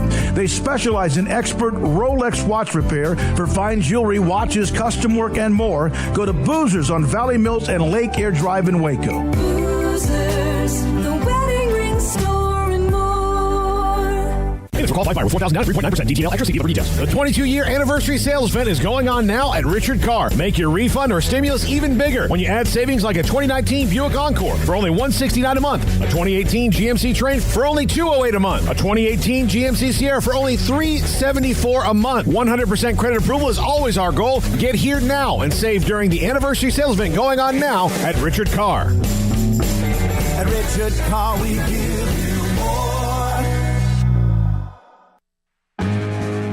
This is SicEm365 Radio. Text us at 254-339-1122. The SicEm365 Radio text line is sponsored by Riverbend Liquor and Wine, with the most extensive variety of craft beer in Waco. A hidden gem on Lakeshore Drive and 19th Street. Appreciate a couple of names blast from the past. Roy Thomas, former Baylor coach and assistant coach and also player, and also Tom Penders. Paul Catalinas was watching the Rangers pitching staff shut down the Royals. They've held them to 10 runs is bottom of the fourth. That's normal, right? What? 10 in 4 innings, right? That's normal. Yeah, that's kind of normal. It's normal. I mean, the Dodgers and Rockies started after them and are now in the 7th inning, and that game is 6-4. So it just shows you how long this game has gone on. Jeez, it's insane. And, here's the weird thing. In the last 2, 3, or 4 years, whether it's been my college team, pro team, and or all the Redskins, Washington Football Club, gave me at least a little bit of glimmer of some help this year. The 3 teams I like at the 3 highest level, I didn't even know who they opened with. I wrote it down last night knowing I'd mentioned it on the show today. I don't care. I don't care that it was 5-0 they were winning, and I don't care that they're trailing 10-8 in the bottom of the fourth. I'm kind of starting to accept that 2018 is the last year of my life that I'm ever going to feel sports joy. So, I'm maybe picking up. That's not true. That's not true. When did Tiger win the Masters? Oh, yeah, 2019. So that's one more year on your sports joy. Yeah. So, the Red Sox did their thing in 2018 that was magical. And then 2019, Tiger won. And then, last year I had to, wake up to the news that Mookie Betts has been traded. And, I kind of wandered around my street for a little while aimlessly, yelling at cars, and then since then it's been just, blackness, a deep, dark hole of sports despair. Yeah, on the thing with, by the way, when you walked around aimlessly, was Woodrow the one who had you on the leash? Just kind of, let's go for a walk, Paulie. Yeah, he said, come on, we'll feel better. And then, usually, he's the one who barks at the mailman, and it was me. Like, I had no reason to trust the mail or any institution anymore. It is one of the things I'll never get over. I have a feeling like someday I'm going to be 95 years old, sitting in like an old folks home, and somebody's going to be feeding me pea soup. And I'm just going to be like, Mookie Betts is gone. I'm like, well, and you'll have a bib on, and get the green pea soup on your chin. Yeah, it's not good at all. All right, SicEm365 Radio. We've kind of taken you around. I'm looking forward. I hope you've enjoyed the show today with the guests that we've had on, including a blast from the past with Roy Thomas and, of course, Pat Nunley, the current. And tomorrow we'll hear from Scott Drew and players, and also hear from Kelvin Sampson and players as the media session. And then also we have a couple of really, really excited segments with guests that we have on as well on SicEm365 Radio. So let's see. Oh, Big 12 tennis. This is from our great friend Scotty. And Scotty gives us a nice little update. Baylor men's tennis is in Big 12 play. They're leading Oklahoma State. Let me see what he was telling me. They got the number 2 doubles winning. Number 1 doubles up 5-2, and number 3 doubles with Charlie Broom is up 4-3 in serving. Now number 3 singles wins. So Baylor is going to beat Oklahoma State to open up the Big 12. I don't know what we would do tennis-wise without Scotty B and his help when it comes to the text line 254-339-1122. Up to the minute updates from Scotty B. No, I mean, like, there's a match. Like, there's an ace. Daniel is the one that opened up with the text earlier today. Texas Tech fans, I think, are just now starting. They're numb. They're like, it's after a really hard loss or maybe a really rough night. You wake up and you wish, it's like you get that feeling you're going to have to throw up. And then you almost like, if you're not quite, but you might as well make yourself throw up. I think that's what Texas Tech fans are experiencing right now. The way I feel about like going into conference is, look, people get divorced. It happens, and it is what it is. But it'd be like getting divorced and then your spouse just moving down the street and getting married right away to the person down the street. Like, if you're going to leave, like, go to a different neighborhood. Just go.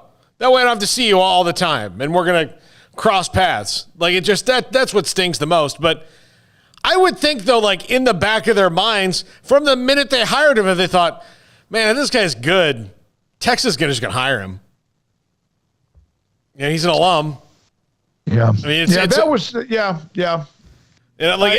you would hope that he would maybe be, of all the play, like, just your alma mater is a big draw. Look, like any North Carolina alum right now, if you have a coach that is a North Carolina alum at your school, you are wondering, is he called about that job?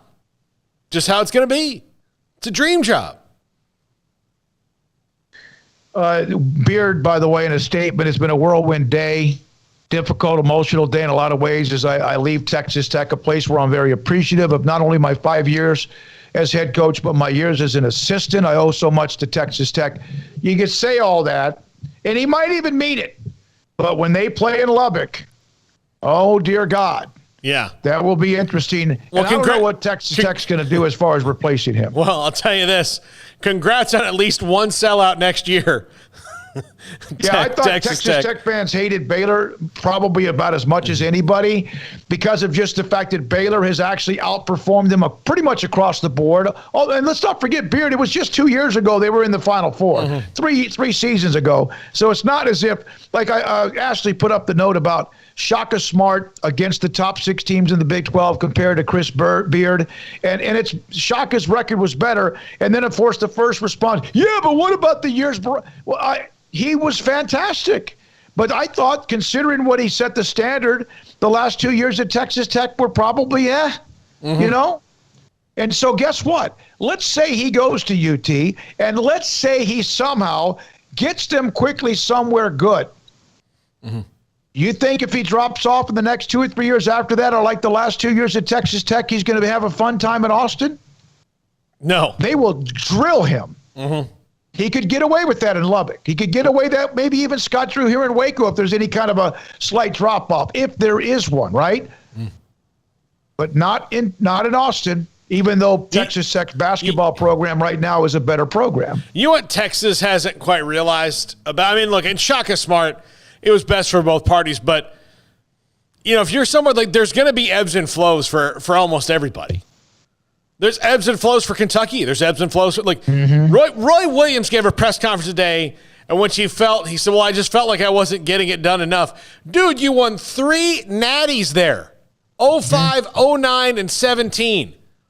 You were in Final Fours, more than most anybody. No, you're just saying, listen, I'm 70 years old.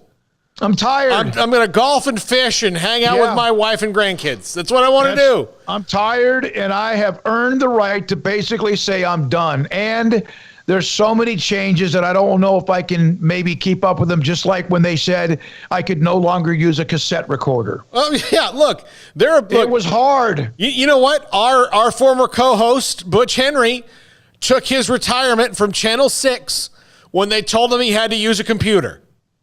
He's like, no, I'm not done. I've got my full retirement. The hell with computers.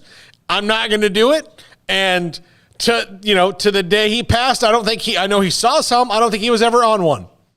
So, sometimes it's just you. And I kind of think about that just in general in life. If you get to a point in life where you're comfortable, you can make your own decision. You don't have to worry about it. And there's something you're not comfortable doing in your job and you can go, you should go. Go be happy.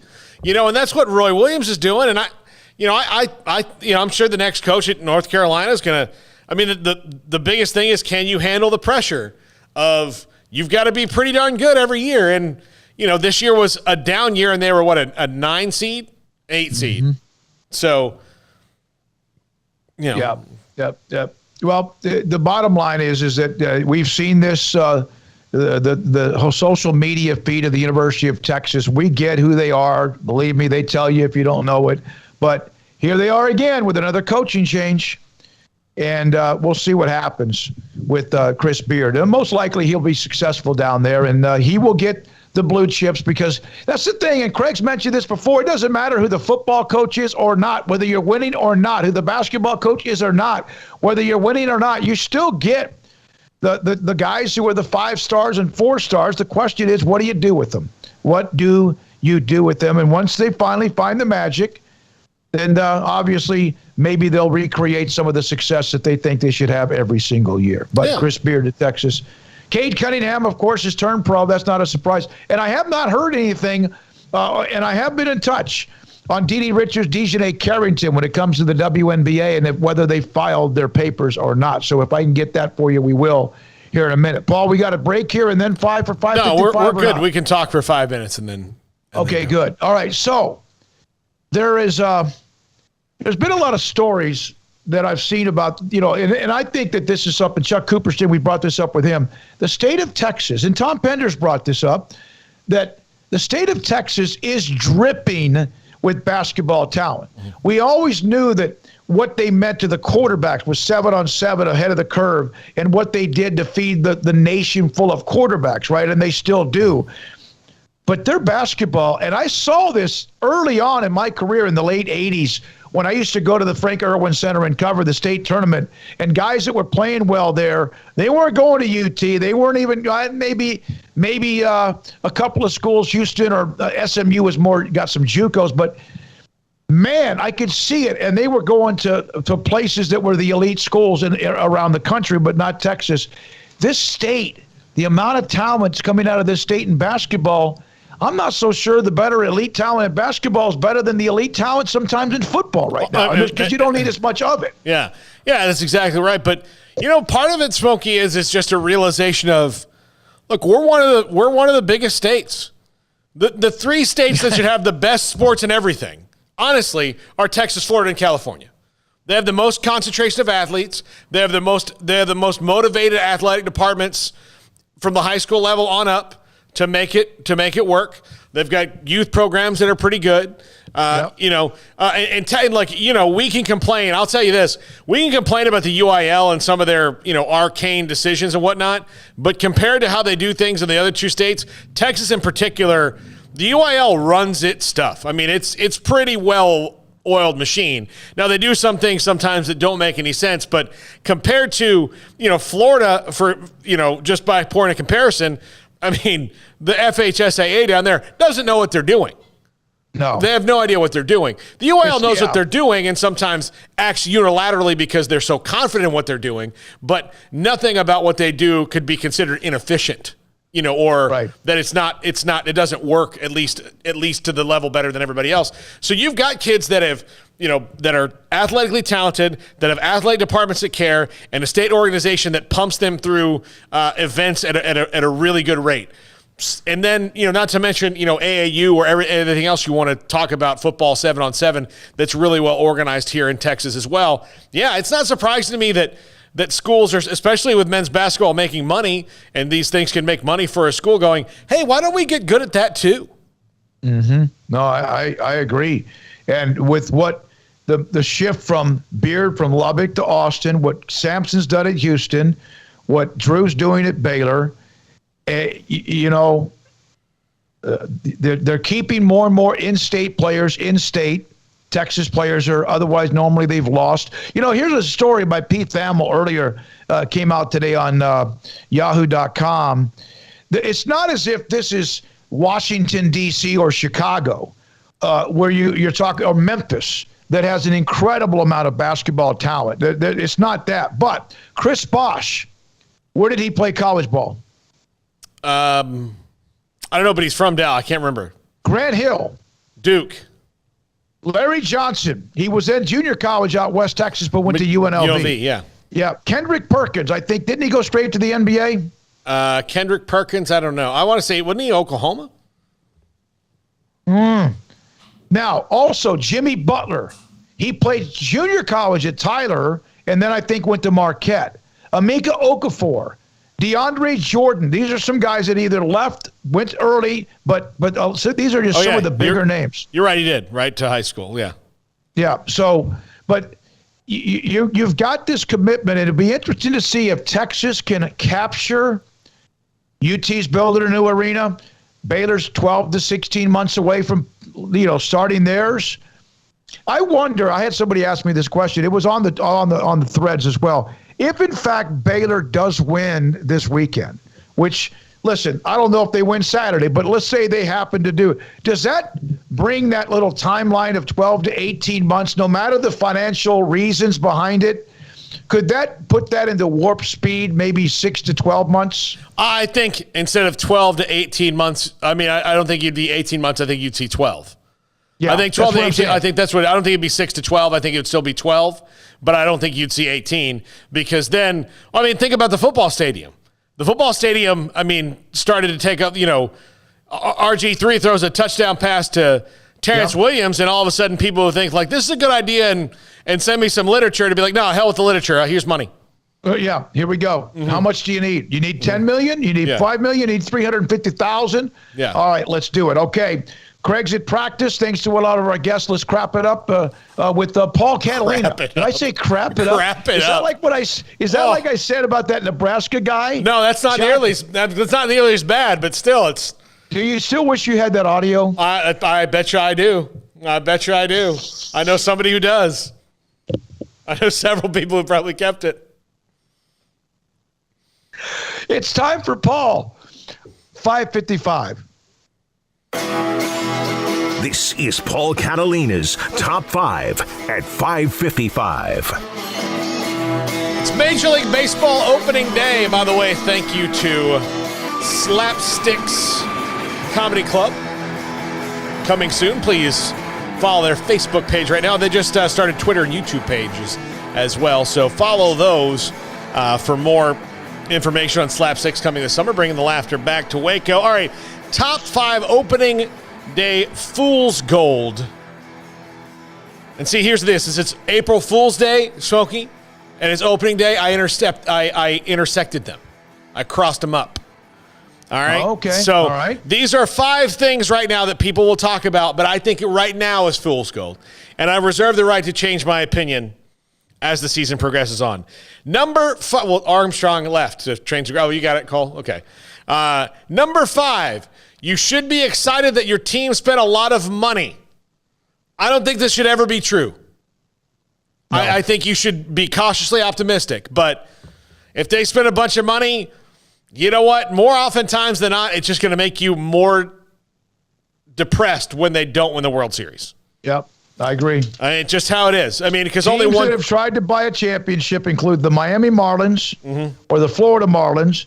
I think maybe the Diamondbacks did it. The Yankees on occasion. But for the most part, when you go do that, it doesn't end well. You know, the Yankees' best teams are the ones that were intersected, where they spent big money on a couple of guys, but the rest of the guys were homegrown or, tremendous bargains like Paul O'Neill. Yes. Yes. Yeah.